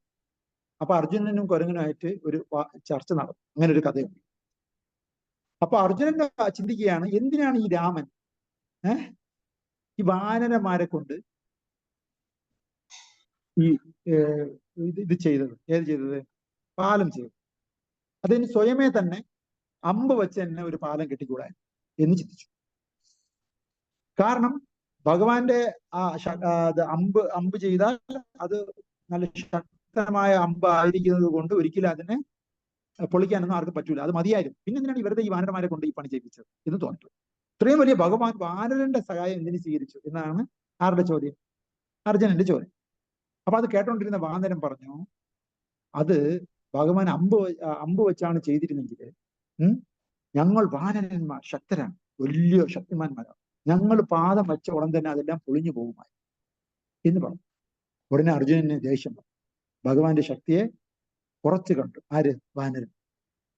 ഇല്ല, എന്തിന് ഭഗവാൻ? ഞാൻ തന്നെ അമ്പ് വെച്ചാൽ തന്നെ എനിക്ക് പാലം ഉണ്ടാക്കാം, പിന്നെയല്ലേ ഭഗവാൻ, എന്നെക്കാളും ശക്തനല്ലേ ഭഗവാൻ. അപ്പൊ അതുകൊണ്ട് നിനക്ക് ഒരിക്കലും അത് പൊളിക്കാൻ പറ്റൂല. ഇവിടെ ആ വാനരൻ പറഞ്ഞു, എങ്കിൽ നീ ഒന്ന് അങ്ങനെ ഒരു പാലം കെട്ട്, ഞാൻ കാണിച്ചു തരാം, എന്റെ കാല് വെച്ചവരും തന്നെ അത് പൊളിഞ്ഞു പോകും. അത് കേട്ടപ്പോ ക്ഷത്രിയന്മാരല്ലേ ദേഷ്യപ്പെട്ടു. ഉടൻ ഇല്ല, ദാ പിടിച്ചോ എന്ന് പറഞ്ഞ് ഒരു അമ്പ്, ഇവിടെ നല്ലൊരു പാലം അവിടെ പണിതു. ഇദ്ദേഹം ഒരു ചെറിയ ചവിട്ടി തട്ടിയപ്പോഴത്തേക്കും അതങ്ങ് പൊളിച്ചു. ഇവിടെ ഇവർ തമ്മിലുള്ള എഗ്രിമെന്റ് പ്രകാരം പൊളിയുകയാണെങ്കിൽ ആര് ജയിച്ചു? വാനരൻ ജയിച്ചു. പൊളിഞ്ഞില്ലെങ്കിൽ ഇദ്ദേഹം ജയിച്ചു. അപ്പോ അങ്ങനെ പൊളിയുകയാണെങ്കിൽ അർജുനൻ ചാടികയറി പറഞ്ഞു, ഞാൻ ആത്മഹത്യ ചെയ്യുമെന്ന് പറഞ്ഞു, സൂയിസൈഡ് ചെയ്യുന്നു പറഞ്ഞു.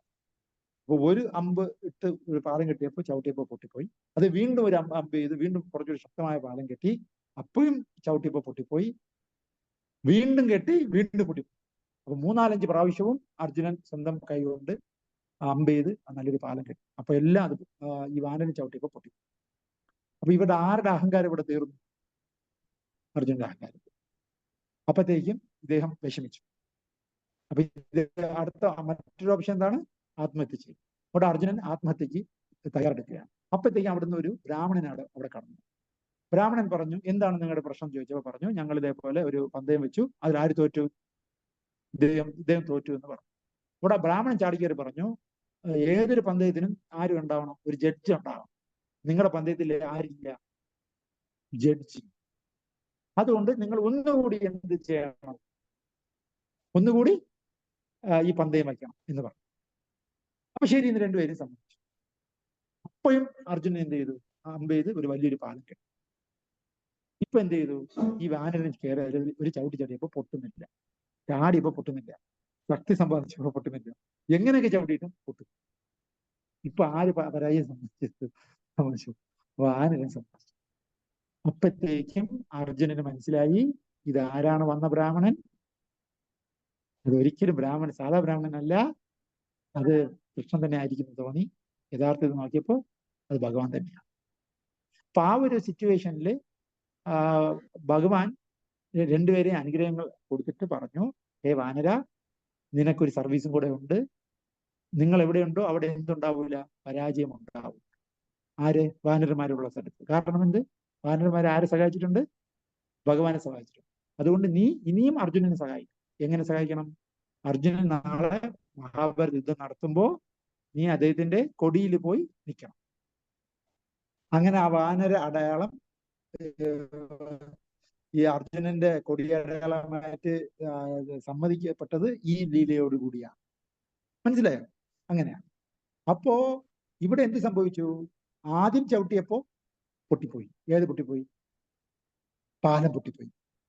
3, 4, 5 പ്രാവശ്യവും അത് പൊട്ടിപ്പോയി. എന്നാൽ മറ്റൊരു സമയത്ത് ചവിട്ടിയപ്പോ പൊട്ടിയില്ല. കാരണം എന്ത്? നേരത്തെ ഞാൻ എന്നുള്ള ഭാവത്തോടുകൂടിയാണ് കെട്ടിയത്. അത് സമ്പൂർണ്ണ പരാജയമാണ്. ഇവിടെ അതേ അർജുനൻ കെട്ടിയ പാലം പൊളിയുന്നില്ല. അതിന് കാരണം, അതിനെ സപ്പോർട്ട് ചെയ്യുന്ന ആരാണ്? അതാണ് ഭക്തവത്സലം എന്നും ഭഗവാനെ പറയുന്നത്. മനസ്സിലായ? അപ്പൊ യഥാർത്ഥത്തിൽ അർജുനന്റെ കഴിവല്ല, അർജുനന് ആര് കൊടുത്ത കഴിവാണ്? ഭഗവാൻ. അത് ഭഗവാൻ കൊടുത്താലേ അതിനകത്ത് ഇലക്ട്രിസിറ്റി സപ്ലൈ ആവുള്ളൂ. ഇല്ലെങ്കിൽ എന്തേ കാണത്തുള്ളൂ? ആ ഒരു ഇലക്ട്രിസിറ്റി ലൈന് വലിച്ചിട്ടുണ്ട്, എന്നാൽ ഇലക്ട്രിസിറ്റിയെ ലൈനിനെ പവർ ഹൗസ് ആയിട്ട് കണക്ട് ചെയ്തിട്ടില്ല. അതിലൂടെ കറണ്ട് പോവോ? അപ്പം നമുക്കില്ല ഈ കഴിവുകളെല്ലാം അതിന്റെ റിസൾട്ടിൽ വരണമെങ്കിൽ അത് ആരുടെ അനുഗ്രഹം കൂടി വേണം? ഭഗവാന്റെ അനുഗ്രഹം. ഇല്ലെങ്കിൽ ഈ കഴിവ് കൊണ്ടൊന്നും റിസൾട്ട് വരില്ല. മനസ്സിലായ? ഇതാണ് ഇതിന്ന് നമ്മൾ മനസ്സിലാക്കേണ്ട കാര്യം. മഹാഭാരത യുദ്ധം കഴിഞ്ഞ് ഭഗവാന്റെ ധാമത്തിലേക്ക് തിരിച്ചു പോയതിനു ശേഷം ഭഗവാന്റെ ഭാര്യമാരെ സംരക്ഷിക്കുന്ന ഉത്തരവാദിത്തം അർജുനന് വന്നിരുന്നു. അപ്പൊ അർജുനൻ അത് സംരക്ഷിക്കാൻ ശ്രമിച്ചപ്പോ ഈ വെളിയിൽ യോദ്ധാക്കന്മാരൊന്നും അല്ല, എന്നാല് വേടന്മാരില് സാധാരണക്കാരില്ലേ, അവന്മാര് വന്ന് നിസ്സാരമായിട്ട് ആരെ പരാജയപ്പെടുത്തിക്കളാം? അർജുനെ പരാജയപ്പെടുത്തി. അപ്പോഴാണ് അർജുനൻ റിയലൈസ് ചെയ്യുന്നത് അതേ ഗാണ്ഡീവം, അതേ അർജുനൻ എന്ന ആ ഗാണ്ഡീവത്തിനെ കൊണ്ട് എനിക്ക് ഒരു അമ്പ് പോലും വിടുന്നതിന് മുമ്പേ എന്നെ ആര് പരാജയപ്പെടുത്തി കളഞ്ഞു? വെറും സ്കീള് സാധാരണ ആൾക്കാർ വന്ന് പരാജയപ്പെടുത്തി കളഞ്ഞു. എന്നാൽ ഞാൻ ഇതേ ഗാണ്ഡീവം വെച്ച് ആരെയൊക്കെ തോൽപ്പിച്ചിട്ടുണ്ട്? വലിയ വലിയ ഭീഷ്മൻ, കൃപൻ, ദ്രോണാചാര്യർ, കർണൻ, ഇവരെയൊക്കെ ഞാൻ തോൽപ്പിച്ചിട്ടുണ്ട്. അപ്പൊ അതേ ഗാണ്ഡീവം അതേ അർജുനൻ ഇപ്പോ സാധാരണ ഒരു യുദ്ധം നേരിച്ചോ പ്രാക്ടീസോ ചെയ്ത സാധാരണ യോദ്ധാക്കന്മാരുടെ കൂടെ അല്ല പരാജയപ്പെട്ടു പോയത്. വേറും വഴി പോണ ആൾക്കാരില്ലേ, അവരുടെ കൂടെ തോറ്റുപോയി. അപ്പോ അർജുനൻ റിയലൈസ് ചെയ്യുകയാണ് യഥാർത്ഥത്തിൽ ഇതെല്ലാം എനിക്ക് പറ്റിയത് എന്റെ കഴിവ് കൊണ്ടല്ല. ആരുടെ കഴിവ് കൊണ്ടാണ്? ഭഗവാൻ എന്നെ അനുഗ്രഹിച്ചുകൊണ്ട് മാത്രം, നിമിത്തം മാത്രമാണ് എനിക്കിതൊക്കെ ചെയ്യാൻ കഴിഞ്ഞത് എന്ന് അർജുനൻ മറ്റൊരു അവസരത്തിൽ തിങ്ക് ചെയ്യുന്നുണ്ട്.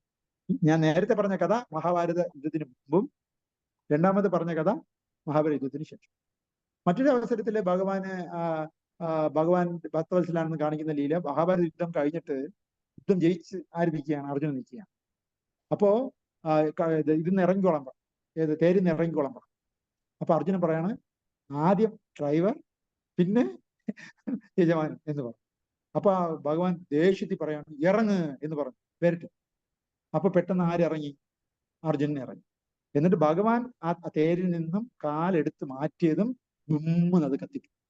ആ തേര് മുഴുവൻ കത്തിക്കും. അപ്പോഴാണ് അർജുനന് മനസ്സിലായത് എന്താണ് ഇത്രയും ദിവസം ഇത് കത്താത്തതിന് കാരണം. ഇത്രയും പേര് ആരെ ഫോക്കസ് ചെയ്താണ് അമ്പ് ചെയ്തുകൊണ്ടിരുന്നത്? പലതരം അമ്പാണ് എഴുതിയത്. പണ്ടത്തെ അമ്പെന്ന് പറയുമ്പോൾ വെറും അമ്പല്ല, അത് ഭൂമി കൊണ്ടുള്ള ആയുധം, അഗ്നി കൊണ്ടുള്ള ആയുധം, ആകാശം കൊണ്ടുള്ള ആയുധം, വായു കൊണ്ടുള്ള ആയുധം. മനസ്സിലായില്ലേ? പിന്നെന്താ പഞ്ചഭൂതങ്ങളിൽ ഒന്നും മിസ്സായല്ലോ. ഭൂമി, അഗ്നി, ജലം, വായു, ആകാശം, ഇവ കൊണ്ടുള്ള ആയുധങ്ങളാണ് ഈ അമ്പിലൂടി അവര് കടത്തിവിടുന്നത്. അപ്പൊ ഇതെല്ലാം അർജുനനെ തട്ടാത്തതിന് കാരണം ഫ്രണ്ടിൽ ആരുള്ളത് കൊണ്ടാണ്? ഭഗവാൻ ഉള്ളത് കൊണ്ടാണ്. അർജുനനെ എടുത്ത് സേഫായിട്ട് മാറ്റിയിട്ട് ഭഗവാനും കൂടെ ഇറങ്ങിയപ്പോൾ അതെല്ലാം കൂടെ ആ തേരിൽ വന്ന് പിടിച്ച് പെട്ടെന്ന് അത് കത്തിപ്പോയി. മനസ്സിലായോ? അവിടെയും ഭഗവാൻ ആരാണ്? ഭക്തവത്സലൻ. എവിടെയൊക്കെ അഹങ്കാരം ഉണ്ടോ ആ അഹങ്കാരം മാത്രമേ ഭഗവാൻ എടുത്ത് മാറ്റത്തുള്ളൂ. നമ്മൾ ഒരിക്കലും കൈവിടത്തില്ല. മനസ്സിലായോ? ഈ എല്ലാ അവസരങ്ങളിലും അർജുനനുണ്ടായ അഹങ്കാരം മാത്രമേ ലീലകളിലൂടെ ഭഗവാൻ മാറ്റാൻ ശ്രമിച്ചിട്ടുള്ളൂ. പക്ഷെ ഒരിക്കലും ഭഗവാനെ ഭക്തന് മരണത്തിന് വിട്ടുകൊടുത്തില്ല. കൊടുത്തോ? ഇല്ല, വിട്ടുകൊടുത്തില്ല. കാരണം രണ്ടാമത് വന്ന ബ്രാഹ്മണൻ എന്ത് പറഞ്ഞു? മാധ്യസ്ഥന് ആൾ വേണമെന്ന് പറഞ്ഞ് ആ ഇഷ്യൂ ആത്മഹത്യയിൽ നിന്ന് സോൾവ് ചെയ്ത് എടുത്തിരിക്കുക ഇല്ലേ? ഇതേപോലെ ഈ പറഞ്ഞ അല്പം ദേഷ്യത്തോടു കൂടി ആദ്യം ഡ്രൈവർ, പിന്നെ ഞാൻ ഇറങ്ങാന്ന് പറഞ്ഞപ്പോഴും ഭഗവാൻ അവിടെ ഭക്തന്റെ ഗുണം ആഗ്രഹിച്ച് അതിന് സേഫാക്കി. മറ്റൊരു അവസരത്തില് ഇതുണ്ടല്ലോ, അമ്പ് 5 അമ്പ് എടുത്ത് വെച്ചിട്ട് പറഞ്ഞു നാളെ ഒന്നുകിൽ ഞാൻ ഈ അമ്പ് വെച്ച് പാണ്ഡവന്മാരെ ഞാൻ കൊല്ലും, ഇല്ലെങ്കിൽ ഞാൻ കൃഷ്ണനെ കൊണ്ട് ആയുധം എടുത്തിരിക്കുന്ന. ആര് പറഞ്ഞു? ഈ അമ്പ് വെച്ച് ഞാൻ കൊല്ലും എന്നൊരിക്കൽ ഭീഷ്മദേവൻ പറഞ്ഞു. മനസ്സിലായ? എന്നാല് ആ ദിവസം സുഖമായിട്ട് ആര് കിടന്നുറങ്ങുന്നു? അർജുനൻ കിടന്നുറങ്ങുകയാണ്. അപ്പൊ കൃഷ്ണൻ ഓടിക്കൊണ്ടെന്ന് പറയാണ് ഒന്നുകിൽ നിങ്ങളെ കൊല്ലും, അല്ലെങ്കിൽ എന്നെ കൊണ്ട് ആയുധം എടുക്കുമെന്ന് ആര് പറഞ്ഞിരിക്കുന്നു? ഭീഷ്മദേവൻ പറഞ്ഞിരിക്കുകയാണ്. ഭീഷ്മൻ പറഞ്ഞ ചെയ്യും, അതിനപ്പുറം വേറെ മാറ്റമൊന്നുമില്ല. ഭീഷ്മ ശബ്ദം അങ്ങനെയാണ്. അപ്പൊ നീ വീണ്ടും കിടന്നുറങ്ങുന്നല്ലോ. ഞാനാണെങ്കിൽ ആൾറെഡി പറഞ്ഞിട്ടുണ്ട് ഞാൻ യുദ്ധം ചെയ്യൂല, ആയുധം എടുക്കൂല എന്ന് പറഞ്ഞിട്ടുണ്ട്. ഞാനും വാക്ക് പിന്മാറൂല. ഭീഷ്മൻ എന്നെക്കാളും ശക്തനാണ്, വാക്ക് പിന്മാറൂല. അങ്ങനെയുള്ള ഈ സിറ്റുവേഷനില് നാളെ ഒരു പക്ഷെ നിന്റെ മരണം ഉറപ്പാണ്, വേറെ ഓപ്ഷൻ ഇല്ല. അപ്പോൾ അർജുനൻ പറയാണ് ഭഗവാന് ഞാൻ അങ്ങേ ശരണം പ്രാപിച്ച ഭക്തനാണ്, എന്റെ സംരക്ഷണം ആരുടെ ചുമതലയാണ്? ഭഗവാന്റെ ചുമതലയാണ്. ഞാനെന്തിനും ടെൻഷൻ അടിക്കണം, അത് അങ്ങയുടെ ടെൻഷനാണ്. അപ്പോ എന്ത് ചെയ്തു ഭഗവാനായിരുന്നു ചിന്തിച്ചിട്ട് ഒരു എത്തും പിടിയില്ല. കാരണം ഭീഷ്മ എന്തായാലും വാക്ക് പാലിക്കും, മാറൂല. ഇന്നിപ്പോ അർജുനനാണെങ്കിൽ എന്നെ ശരണം പ്രാപിച്ച വ്യക്തിയാണെന്ന് ഒന്നുകൂടി പറഞ്ഞിരിക്കുകയാണ്. ഈ രണ്ടുപേരും ഫലത്തിൽ ഭക്തനാണ്. ഭീഷ്മദേവൻ മഹാജനങ്ങളിൽ ഒരാളാണ്, അർജുനൻ ഇദ്ദേഹത്തിന്റെ സന്തത സഹചാരിയുമാണ്. സന്തത സഹചാരിയെ മരണത്തിന് വിട്ടുകൊടുക്കാൻ പറ്റുമോ? കൂട്ടുകാരനെ കൊലയ്ക്ക് കൊടുക്കാൻ പറ്റുമോ? പറ്റൂ. അപ്പൊ ആരാഞ്ഞിട്ട് അദ്ദേഹം എന്നെ ഡിപ്പെൻഡ് ചെയ്യുന്നു പറഞ്ഞിരിക്കുക. അപ്പൊ എന്ത് ചെയ്യുന്ന അറിയാമോ? കൃഷ്ണൻ വാക്ക് മാറും. വാക്ക് മാറുന്ന പറഞ്ഞാൽ എന്താ? ആയുധം എടുത്തു. അതിന്റെ വാക്ക് ആയുധം എടുക്കൂലെന്നാണ്. അവസാനം രഥത്തിന്റെ ചക്രം എടുത്ത് ആരാ അടിക്കാൻ പോയി? ഭീഷ്മൻ അടിക്കാൻ. അപ്പൊ ആയുധം എടുത്തു കഴിഞ്ഞു. അപ്പൊ ആര് വാക്ക് പാലിച്ചില്ല? ഭഗവാൻ വാക്ക് പാലിച്ചില്ല. അപ്പൊ ഭഗവാൻ വാക്ക് പാലിക്കാത്തത് കൊണ്ട് ഭഗവാനെ കുറിച്ച് എല്ലാവരും ലോകത്ത് പറയുന്നത് കള്ളകൃഷ്ണൻ എന്നാണ്. എന്താ? കള്ളം പറഞ്ഞ കൃഷ്ണൻ, കള്ളകൃഷ്ണൻ എന്ന് ഈ ലോകം അന്നും ഇന്നും വിളിക്കുന്നു. അങ്ങനെയുള്ള ചീത്ത പേര് കേട്ടാലും കുഴപ്പമില്ല. ഞാൻ ആരെ സംരക്ഷിക്കും? ഭക്തനെ സംരക്ഷിക്കും. ഒരേ സമയത്ത് രണ്ടുപേരെ സംരക്ഷിച്ചു. ആരെയൊക്കെ സംരക്ഷിച്ചു? ഒന്ന്, ഭീഷ്മന്റെ വാക്ക് സംരക്ഷിച്ചു. രണ്ട്, അർജുനനെ കൊലയ്ക്ക് കൊടുക്കാതെ അർജുനനെ സംരക്ഷിച്ചു. ഞാൻ അല്പം മോശക്കാരനായിക്കോട്ടെ ഈ ലോകത്ത്, പക്ഷെ കുഴപ്പമില്ല, എന്റെ ഭക്തന്മാരെ ഞാൻ കൈവിടണം. അതാണ് അതിലൂടെ കാണിച്ചത്. ഇങ്ങനെ മഹാഭാരത, രാമായണ ഇത്യാദി ഭഗവാന്റെ ലീലകൾ നടങ്ങിയ ഏതൊരു ലീല എടുത്ത് നോക്കിയാലും പല ലീലകളിലൂടെയും ഭഗവാൻ നമ്മളോട് പറയുന്നത് ഭക്തന് ഒരിക്കലും നാശമില്ല. ഏത് രീതിയിലും ഭക്തനെ ആര് പ്രൊട്ടക്ട് ചെയ്യും? ഭഗവാൻ പ്രൊട്ടക്ട് ചെയ്യും. ഭഗവത്ഗീതയിൽ മറ്റൊരിടത്ത് പറയാണ്, ഭഗവാന്റെ ഭക്തന്മാർക്ക് ഒരിക്കലും നാശമില്ലെന്ന് ഈ ലോകത്തോട് വിളിച്ചു പറ അർജുന. എന്താ? ഭഗവാന്റെ ഭക്തന്മാർ ഒരിക്കലും നശിക്കില്ല എന്ന് ഈ ലോകത്തോട് വിളിച്ചു പറ അർജുന എന്ന് പറയാണ്. ഭഗവത്ഗീത വിളിച്ചു പറഞ്ഞ വ്യക്തിക്ക് സ്വയമേ അങ്ങ് വിളിച്ചു പറഞ്ഞാൽ പോലും ഭഗവാന്റെ ഭക്തന്മാർക്ക് ഒരിക്കലും നാശമില്ല എന്ന് കൃഷ്ണൻ തന്നെ അങ്ങ് വിളിച്ചു പറഞ്ഞാൽ പോരെ? പിന്നെ എന്തുകൊണ്ട് അത് അർജുനനെ കൊണ്ട് വിളിച്ചു പറയിപ്പിച്ചു? മനസ്സിലായ? ഭഗവത്ഗീത ഉപദേശിച്ച വ്യക്തിയാണല്ലോ, ഉപദേശിച്ചുകൊണ്ടിരിക്കുന്ന വ്യക്തിയല്ലേ. പക്ഷെ ഈ ഒരു കാര്യം മാത്രം അർജുനനെ കൊണ്ട് വിളിച്ചു പറയിപ്പിക്കുകയാണ്. എന്താണ് അതിന് കാരണം? കാരണം അദ്ദേഹത്തിന് പേടി. ഞാൻ പറഞ്ഞാൽ ചിലപ്പോൾ വാക്ക് മാറിക്കളയും. ഞാൻ വാക്ക് മാറിയ ചരിത്രമുണ്ട്. നേരത്തെ പറഞ്ഞ ആയുധം എടുക്കില്ല എന്ന് പറഞ്ഞാൽ ആയുധം എടുത്തു. എന്നാൽ ഇവിടെ ഭഗവാന്റെ ഭക്തന്മാർ ഒരിക്കലും നശിക്കില്ല എന്ന് വിളിച്ച് പറ എന്നുള്ളത് ഒരു ഭക്തനെ കൊണ്ട് വിളിപ്പിച്ച് പറഞ്ഞു കഴിഞ്ഞാൽ പിന്നെ ഞാൻ എന്തായാലും ഭക്തന്റെ വാക്ക് മാനിക്കാൻ വേണ്ടിയെങ്കിൽ അത് ഞാൻ നടപ്പിൽ വരുത്തും. മനസ്സിലായില്ലേ? അങ്ങനെ ഭക്തനെ കൊണ്ട് വിളിച്ച് പറയിപ്പിച്ചിരിക്കുകയാണ്. ഇവിടെ അർജുനൻ വിളിച്ച് പറയുകയും ചെയ്തു, ഭഗവാന്റെ ഭക്തന്മാര് ഒരിക്കലും നശിക്കുന്നില്ല. അതുകൊണ്ട് അവരെ നശിപ്പിക്കാതെ അവരെ സംരക്ഷിക്കേണ്ട ഉത്തരവാദിത്വം ഡബിൾ ആയിട്ട് ഉറപ്പിച്ചിരിക്കുകയാണ് കൃഷ്ണൻ. ഭഗവാൻ ഭഗവത്ഗീതയിൽ ഇൻഡയറക്റ്റ് ആയിട്ട് പറഞ്ഞു, അതിന്റെ ആക്ടിവിറ്റി മുഴുവൻ അദ്ദേഹം കാണിച്ചു തന്നു. എന്നാൽ ഒരു ഭക്തന്റെ ഭീഷ്മ ശബ്ദം തെറ്റൂല എന്ന് പറയില്ലേ, അതേപോലെ അർജുനനും വിളിച്ചു പറഞ്ഞിരിക്കുകയാണ്, ഭഗവാന്റെ ഭക്തന്മാർ ഒരിക്കലും ഭഗവാൻ കൈവിടത്തില്ല. അപ്പൊ ഇനി ആരുടെ വാക്ക് പാലിക്കേണ്ട ഉത്തരവാദിത്വം ഭഗവാനുണ്ട്? ഭഗവാന്റെ ഭക്തന്മാരുടെ വാക്ക് സത്യമാക്കേണ്ട ഉത്തരവാദിത്വം ഭഗവാനുണ്ട്. ഇതേപോലെ ഭഗവാന്റെ ഭക്തന്മാരുടെ വാക്ക് സത്യമാക്കാൻ വേണ്ടി നരസിംഹദേവൻ വന്ന വരവ് ഓർമ്മയില്ലേ? നരസിംഹദേവന്റെ ലീല നമ്മൾ മനസ്സിലാക്കുമ്പോൾ നിങ്ങൾ മനസ്സിലാക്കേണ്ടത്, ഹിരണ്യകശിപു പ്രഹ്ലാദനോട് ചോദിക്കുകയാണ്, നിന്റെ ഭഗവാൻ എവിടെ ഉണ്ടടേ എന്ന് ചോദിക്കും. ഉടൻ പറയാണ്, തൂണിലും ഉണ്ട് തുരുമ്പിലും ഉണ്ട്. തൂണിലും തുരുമ്പിലും ഉണ്ടോ എന്ന് പറഞ്ഞിട്ട് ഗദ എടുക്കുകയാണ്. ഉടനെ ഈ ഗദ എടുത്തപ്പോ ഭഗവാൻ ആലോചിക്കുകയാണ്, അയ്യോ തൂണിലും തുരുമ്പിലും ഉണ്ടെന്ന് ആര് പറഞ്ഞു കഴിഞ്ഞു? പ്രഹ്ലാദൻ പറഞ്ഞു കഴിഞ്ഞു. ഇതാ അത് നോക്കാൻ വേണ്ടി ഗദയും എടുത്തു കഴിഞ്ഞു. ഇനി ഈ ഗദ വെച്ച് ഏതിനെ, തൂണിനെയാണോ പൊട്ടിക്കാൻ പോണത് തുരുമ്പിനെയാണോ പൊട്ടിക്കണമെന്ന് ആർക്കറിഞ്ഞൂടാ? ഭഗവാൻ അറിഞ്ഞൂടാ. ഇവിടെ ഭഗവാൻ വെപ്രാളപ്പെടുകയാണ്. ഇദ്ദേഹം അടിച്ച ഉടൻ തന്നെ അതിൽ നിന്ന് വെളിയിൽ വരാൻ വേണ്ടി ഇത് ഏത് തൂണിനെയാണോ അടിക്കാൻ പോണത് തുരുമ്പിനെയാണോ അടിക്കാൻ പോണെന്ന് വെപ്രാളപ്പെടുകയാണ് ഭഗവാൻ. കാരണം എന്ത്? ഭക്തൻ പറഞ്ഞത് തൂണിനെ അടിച്ചു, അതൊന്നും പുറത്ത് വന്നില്ല, എവിടെ നിന്റെ ഭഗവാൻ എന്ന് ചോദിച്ചാൽ ഭക്തന്റെ വാക്ക് പാഴ വാക്കായി പോയില്ലേ? അപ്പൊ അങ്ങനെ ആവരുത് എന്ന് വെപ്രാളപ്പെടുകയാണ് ഭഗവാൻ. അതുകൊണ്ട് ഇത് അടിക്കുന്ന തൂണിൽ തന്നെ ഏത് തൂണിൽ ഇദ്ദേഹം അടിക്കണമെന്ന് വെപ്രാളപ്പെടുകയാണ്. എന്നിട്ട് ആ വാക്ക് സത്യപ്പെടുത്താൻ വേണ്ടി ആ തൂണിനകത്ത് ഭഗവാൻ കയറി അവിടുന്ന് വെളി വരികയും ചെയ്യും. മനസ്സിലായില്ലേ? ഭഗവാൻ ഭക്തവത്സലനാണ്. ഇങ്ങനെ ഇത് ഭാഗവതത്തിനാണ് ഞാൻ പറഞ്ഞത്. അപ്പൊ ഭാഗവതം ഭഗവത്ഗീത ഇരിക്കും മുഴുവനും ഭഗവാൻ പറഞ്ഞ വാക്കുകൾ സത്യമാണെന്ന് കാണിക്കുന്ന ലീലകൾ ഒരുപാടുണ്ട്. അതാണ് ആക്ടിവിറ്റീസ്, ആഭിധേയം. ഭഗവത്ഗീതയിൽ ഭഗവാൻ എന്തെങ്കിലും വിളിച്ചു പറഞ്ഞാൽ അത് സംബന്ധം, ഭഗവാനെ സംബന്ധിക്കുന്ന വിഷയം. അത് നടപ്പിൽ വരുത്തിയ വിഷയത്തിനെ കുറിച്ച് ചർച്ച ചെയ്യുന്നതാണ് ശ്രീമദ് ഭാഗവതം. അങ്ങനെ നമ്മുടെ ലൈഫിലും ഇത് രണ്ടും നടപ്പിൽ വരുത്തിയാൽ നമുക്ക് കിട്ടുന്ന സംഭവമാണ് ഭഗവത് പ്രേമ. അതാണ് ചൈതന്യ ചരിതം. ഈ മൂന്നും നമ്മുടെ ലൈഫിൽ പ്രാക്ടീസ് ചെയ്യണം. ഓക്കെ, ഇനി ഒരു കഥ കൂടെ ഉണ്ട്. അത് നാളെ അടുത്ത ആഴ്ച ഗൂഢകേശനുമായിട്ട് ബന്ധപ്പെട്ടാണ്. ഭഗവാന്റെ ഭക്തൻ ഒരാളായാൽ ഏതൊക്കെ രീതിയിലുള്ള ഗുണമാണ് കിട്ടുന്നത്? കൃഷ്ണഭക്തനായാൽ അദ്ദേഹത്തിന് വിഷ്ണുവിന്റെ അനുഗ്രഹം ഉണ്ടാവും, ശിവന്റെ അനുഗ്രഹം ഉണ്ടാവും, ബ്രഹ്മദേവന്റെ അനുഗ്രഹം ഉണ്ടാവും എന്ന് കാണിക്കുന്ന ഒരു വാക്കാണ് ഗൂഢകേശൻ എന്നുള്ള വാക്ക്. അത് എന്താണ് ഏതാണെന്നതിനെ കുറിച്ച് അടുത്ത ക്ലാസ് നമ്മൾ കേട്ടോ. ഓക്കെ, അപ്പൊ ഇന്നുമായിട്ട് ബന്ധപ്പെട്ട് നമ്മൾ എന്തെങ്കിലും ഡൗട്ട് ഉണ്ടെങ്കിൽ ചോദിക്കാം. ശരിക്കും ഇന്ന് ക്ലാസ് എടുത്തില്ല, നമ്മൾ സംസാരിക്കുകയാണ് ചെയ്തത് അല്ലെ? സംസാരിച്ചോണ്ടേ ഭഗവാനെ കുറിച്ച്. ഓക്കെ, അപ്പൊ അടുത്ത ആഴ്ച നമുക്ക് ബാക്കി ചർച്ച ചെയ്യാം.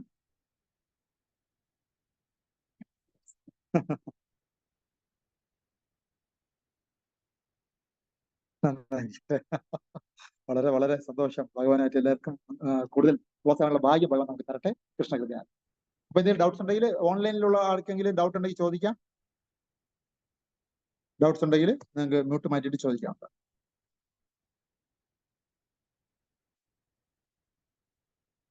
ഞാൻ പറയാം. 1 മുതൽ 11 വരെയുള്ള ശ്ലോകം പ്രിപ്പറേഷൻ ഫോർ ദ വാർ, യുദ്ധത്തിന് വേണ്ടിയുള്ള ക്രമീകരണങ്ങൾ ഇതിനെ കുറിച്ച് 1 മുതൽ 11 വരെ പറയുന്നു. 12 മുതൽ 20 വരെയുള്ള ശ്ലോകങ്ങൾ പാണ്ഡവന്മാരുടെ വിജയത്തിന്റെ സിംറ്റംസ് എന്തൊക്കെയാണ് എന്ന് പറയുന്നു. 21 മുതൽ 27 വരെയുള്ള ശ്ലോകങ്ങൾ ഭഗവാൻ കൃഷ്ണൻ ഭക്തവത്സലാണ് എന്നതിനെ കുറിച്ച് പറയുന്നു. അങ്ങനെ 1 മുതൽ 27 വരെയുള്ള ശ്ലോകങ്ങൾ മൊത്തത്തിൽ ഭഗവത്ഗീതയുടെ ഇൻട്രൊഡക്ഷനാണ്. ഇതാണ് 1-ാം അധ്യായത്തിലെ ആദ്യത്തെ 27 ശ്ലോകം. ഇനി 28 മുതൽ 46 വരെയുള്ള മൊത്തം ബാക്കി ശ്ലോകങ്ങൾ ഈ അധ്യായത്തിൽ അർജുനൻ ഫൈറ്റ് ചെയ്യാൻ വിസമ്മതിക്കുന്നു. അതിന് 5 കാര്യങ്ങൾ പറയും. ആ 5 കാര്യങ്ങൾ ഏതൊക്കെയാണ് എന്നതിനെ കുറിച്ചാണ് ഈ അധ്യായത്തിലെ അവസാനത്തെ 28 മുതൽ 46 വരെയുള്ള ശ്ലോകങ്ങൾ ചർച്ച ചെയ്തത്. വേറെ എന്തെങ്കിലും ഡൗട്ട്? ഭഗവത്ഗീത നന്നായി നമ്മൾ ഒന്ന് പുനർവിചിന്തനം നടത്തി ഡീറ്റെയിൽ ആയിട്ട് പഠിക്കുകയാണെങ്കിൽ ഇതൊരു പേഴ്സണാലിറ്റി ഡെവലപ്മെന്റ് കോഴ്സാണ്. നമ്മൾ എവിടെയും നമ്മുടെ പേഴ്സണാലിറ്റി ഉയർന്നു വരും. നമ്മുടെ ലൈഫിലെ അതീവ സക്സസിലേക്ക് പോകാനുള്ള ബേസ്മെന്റ് നമുക്ക് അതിലൂടെ ഉണ്ടാക്കാം. അതുകൊണ്ട് ഭഗവത്ഗീത കൊച്ചു പിള്ളേരായിട്ടിരിക്കുമ്പോൾ തന്നെ ഇത് പഠിക്കേണ്ടതാണ്. നമ്മളൊക്കെ ഒരു സമയം കഴിഞ്ഞാണ് ഇതിനകത്ത് വരാൻ കഴിഞ്ഞത്. സാരമില്ല, നമ്മുടെ മക്കളെ എല്ലാം നമ്മളിതിൽ കൊണ്ടുവരണം. ഓക്കെ, അപ്പൊ ഇനി ആ അവസരം നമ്മൾ വേണം. അതൊക്കെ ദൈവനിശ്ചയം. ഇപ്പൊ ഞാൻ മരിച്ച വേറെ ആളെ ഭഗവാൻ അറേഞ്ച് ചെയ്ത് തരും. നിങ്ങളുടെ ഡിസയർ സ്ട്രോങ് ആണെങ്കിൽ ആ സ്ഥാനത്ത് ആൾക്കാർ വരും. ഇപ്പൊ നരേന്ദ്രമോദി മരിച്ച അടുത്ത ആൾ വരില്ലേ? പിണറായി വിജയൻ ശരീരം ഉപേക്ഷിച്ച വേറെ ആള് അവിടെ വരില്ലേ? അപ്പൊ അത് കാലഘട്ടത്തിന്റെ ആവശ്യമാണ്. എന്നതുപോലെ നമ്മൾ തീവ്രമായി ആഗ്രഹിച്ചാൽ അവിടെ ആള് വരും. നമ്മുടെ ഇദ്ദേഹം ധ്രുവ മഹാരാജ ഭഗവാനെ കാണണമെന്ന് തീവ്രമായി ആഗ്രഹിച്ചു. അവിടെ നാരദ മഹർഷി വന്നു എന്നാണ് പറയുന്നത്. നാരദ മഹർഷി വെറുതെ വന്നതല്ല. നാരദ മഹർഷി ആര് പറഞ്ഞു വിട്ടിട്ടാണ് വന്നത്? ഭഗവാൻ പറഞ്ഞു വിട്ടിട്ടാ വന്നത്, അല്ലേ? അപ്പൊ നാരദ മഹർഷിയെയും ഭഗവാനെ അട്രാക്ട് ചെയ്തത് ആരാണ്? ധ്രുവ മഹാരാജാവാണ്. ധ്രുവ മഹാരാജാവിന്റെ ഡീപ്പ് ആഗ്രഹം, വളരെ തീവ്രമായ ആഗ്രഹമാണ് അവിടെ അങ്ങനെ ഒരു സംഭവം വന്നത്. ആ ഒരു സാഹചര്യം ക്രിയേറ്റ് ആയത് ഇതിന്റെ ആഗ്രഹം. അതേപോലെ നമ്മൾ വളരെ തീവ്രമായി ആഗ്രഹിക്കുന്നു ഭഗവാനെ കുറിച്ച് മനസ്സിലാക്കണം, പഠിക്കണം. എങ്കിൽ അതനുസരിച്ച് ആ ബന്ധപ്പെട്ട ആൾക്കാർ വന്നു ചേർന്നു. ഓക്കെ, ഭഗവാൻ അനുസരിച്ച്. വളരെ സന്തോഷം. എല്ലാവരും ഹരേ കൃഷ്ണ മഹാമന്ത്രം ജപിക്കുക. ഹരേ കൃഷ്ണ കൃഷ്ണ കൃഷ്ണ ഹരേ ഹരേ, ഹരേ രാമ രാമ രാമ ഹരേ ഹരേ എന്നും ഒരു മാലയെങ്കിലും 108 പ്രാവശ്യമെങ്കിലും ജപിക്കുക. ആർക്കെങ്കിലും മാല വേണമെങ്കിൽ എന്നെ കോൺടാക്ട് ചെയ്താൽ മതി. ഫ്രീ ആയിട്ട് എല്ലാവർക്കും മാലയും ജപസഞ്ചിയും ഞാൻ തരാൻ ആഗ്രഹിക്കുന്നു. മാല കിട്ടിയിട്ടുണ്ടോ? തന്നിട്ടില്ല അല്ലെ? നോക്കട്ടെ. ഇന്ന് കയ്യില് അടുത്ത ആഴ്ച വരും. മാല ബാഗിൽ ഉണ്ടോ നോക്കട്ടെ. ഉണ്ടെങ്കിൽ എടുത്തരാം. ഭഗവത്ഗീത മേടിക്കും കേട്ടോ, നല്ലതാണ് ഭഗവത്ഗീത. ഇതെല്ലാം വാങ്ങിച്ച് നമുക്ക് ഗോപിചന്ദ്രൻ കഴിഞ്ഞ പ്രാവശ്യം ഞാൻ കൊണ്ടുവന്ന് എല്ലാവർക്കും കൊടുത്തിരുന്നു. അത് നിങ്ങൾ വന്നിട്ടില്ല. ഇനി ഞാൻ അടുത്ത പ്രാവശ്യം വരുമ്പോൾ കൊണ്ടുവരാം. അടുത്ത പ്രാവശ്യം ഭഗവത്ഗീത കൊണ്ടുവരാം, ജപമാല ജപസഞ്ചി കൊണ്ടുവരാം, ഗോപിചന്ദ്രനും കൊണ്ടുവരാം. ശരി, ഇന്ന് ക്ലാസ് ആർക്കെങ്കിലും ഇതുവരെ ഉള്ളത് മിസ്സായിട്ട് എന്നുള്ള വിഷമം ഉണ്ടെങ്കിൽ അഭയചരണം TV എന്നുള്ള ഒരു യൂട്യൂബ് ചാനലുണ്ട്. അതിന്റെ ലിങ്ക് ഞാൻ അയച്ചുതരാം. ആ ക്ലാസ്സുകളെല്ലാം നിങ്ങൾക്ക് ലിങ്ക് ഞാൻ ഗ്രൂപ്പിൽ ഇടാം. അപ്പൊ അതില് നിങ്ങൾക്ക് യൂട്യൂബിൽ ഇതെല്ലാം അവൈലബിൾ ആണ്. അതേപോലെ ഭാഗവതം ഇന്ന് വരെയുള്ള ഭാഗവതത്തിനെ കുറിച്ചുള്ള ക്ലാസ്സും കംപ്ലീറ്റ് യൂട്യൂബിൽ റെക്കോർഡഡ് അവൈലബിൾ ആണ്. അപ്പൊ ഇതെല്ലാം നിങ്ങൾ ഇനിയുള്ള ക്ലാസ് റെഗുലറായിട്ട് അറ്റൻഡ് ചെയ്യുന്നതിന്റെ കൂടെ മിസ്സായ ക്ലാസ് അതിൽ നിന്ന് കേട്ട് നമ്മുടെ ഒപ്പം എത്താൻ നോക്കും. നല്ലതാണ്. ഭഗവത്ഗീത നമ്മള് ശ്ലോകത്തിന്റെ കണക്ക് നോക്കിയാൽ മതിയല്ലോ, 23 ശ്ലോകം. അപ്പൊ അതിനു മുമ്പ് അവതാരിക അതൊക്കെ ഉണ്ടായി. എല്ലാം കൂടെ ഒരു 10-30 ഭാഗവതം ഡെയിലി ഉണ്ട്, ചരിതാമൃതം ഡെയിലി ഉണ്ട്. ഭഗവത്ഗീത ആഴ്ചയ്ക്ക് ഒരു ദിവസം, ഞായറാഴ്ച ഈ സമയം. എന്താ പറയുക, ഗ്രൂപ്പിൽ ചേർത്തോ. അതുപോലെ ശ്രീകല മാഡം ഗവൺമെന്റ് ഉദ്യോഗസ്ഥ അവരെ ആഡ് ചെയ്തു കേട്ടോ, ആഡ് ചെയ്തു നമ്പർ കൊടുത്തു കേട്ടോ. ശരി, അപ്പോ വേറെ ഡൗട്ട് ഒന്നും ഇല്ലെങ്കിൽ നമുക്ക് ഇന്നത്തെ ക്ലാസ് അവസാനിപ്പിക്കാം. ഗ്രന്ഥരാജ് ശ്രീമദ് ഭാഗവതം ഭഗവത്ഗീത കി ജയ്, ശ്രീല പ്രഭുപാദ് കി ജയ്, ശ്രീ ഗുരുദേവ് കി ജയ്, ഗൗര പ്രമാനന്ദേ ഹരി ഹരി ബോൾ, യോഗ സമസ്ത ശ്രീനോ ഹരേ കൃഷ്ണ.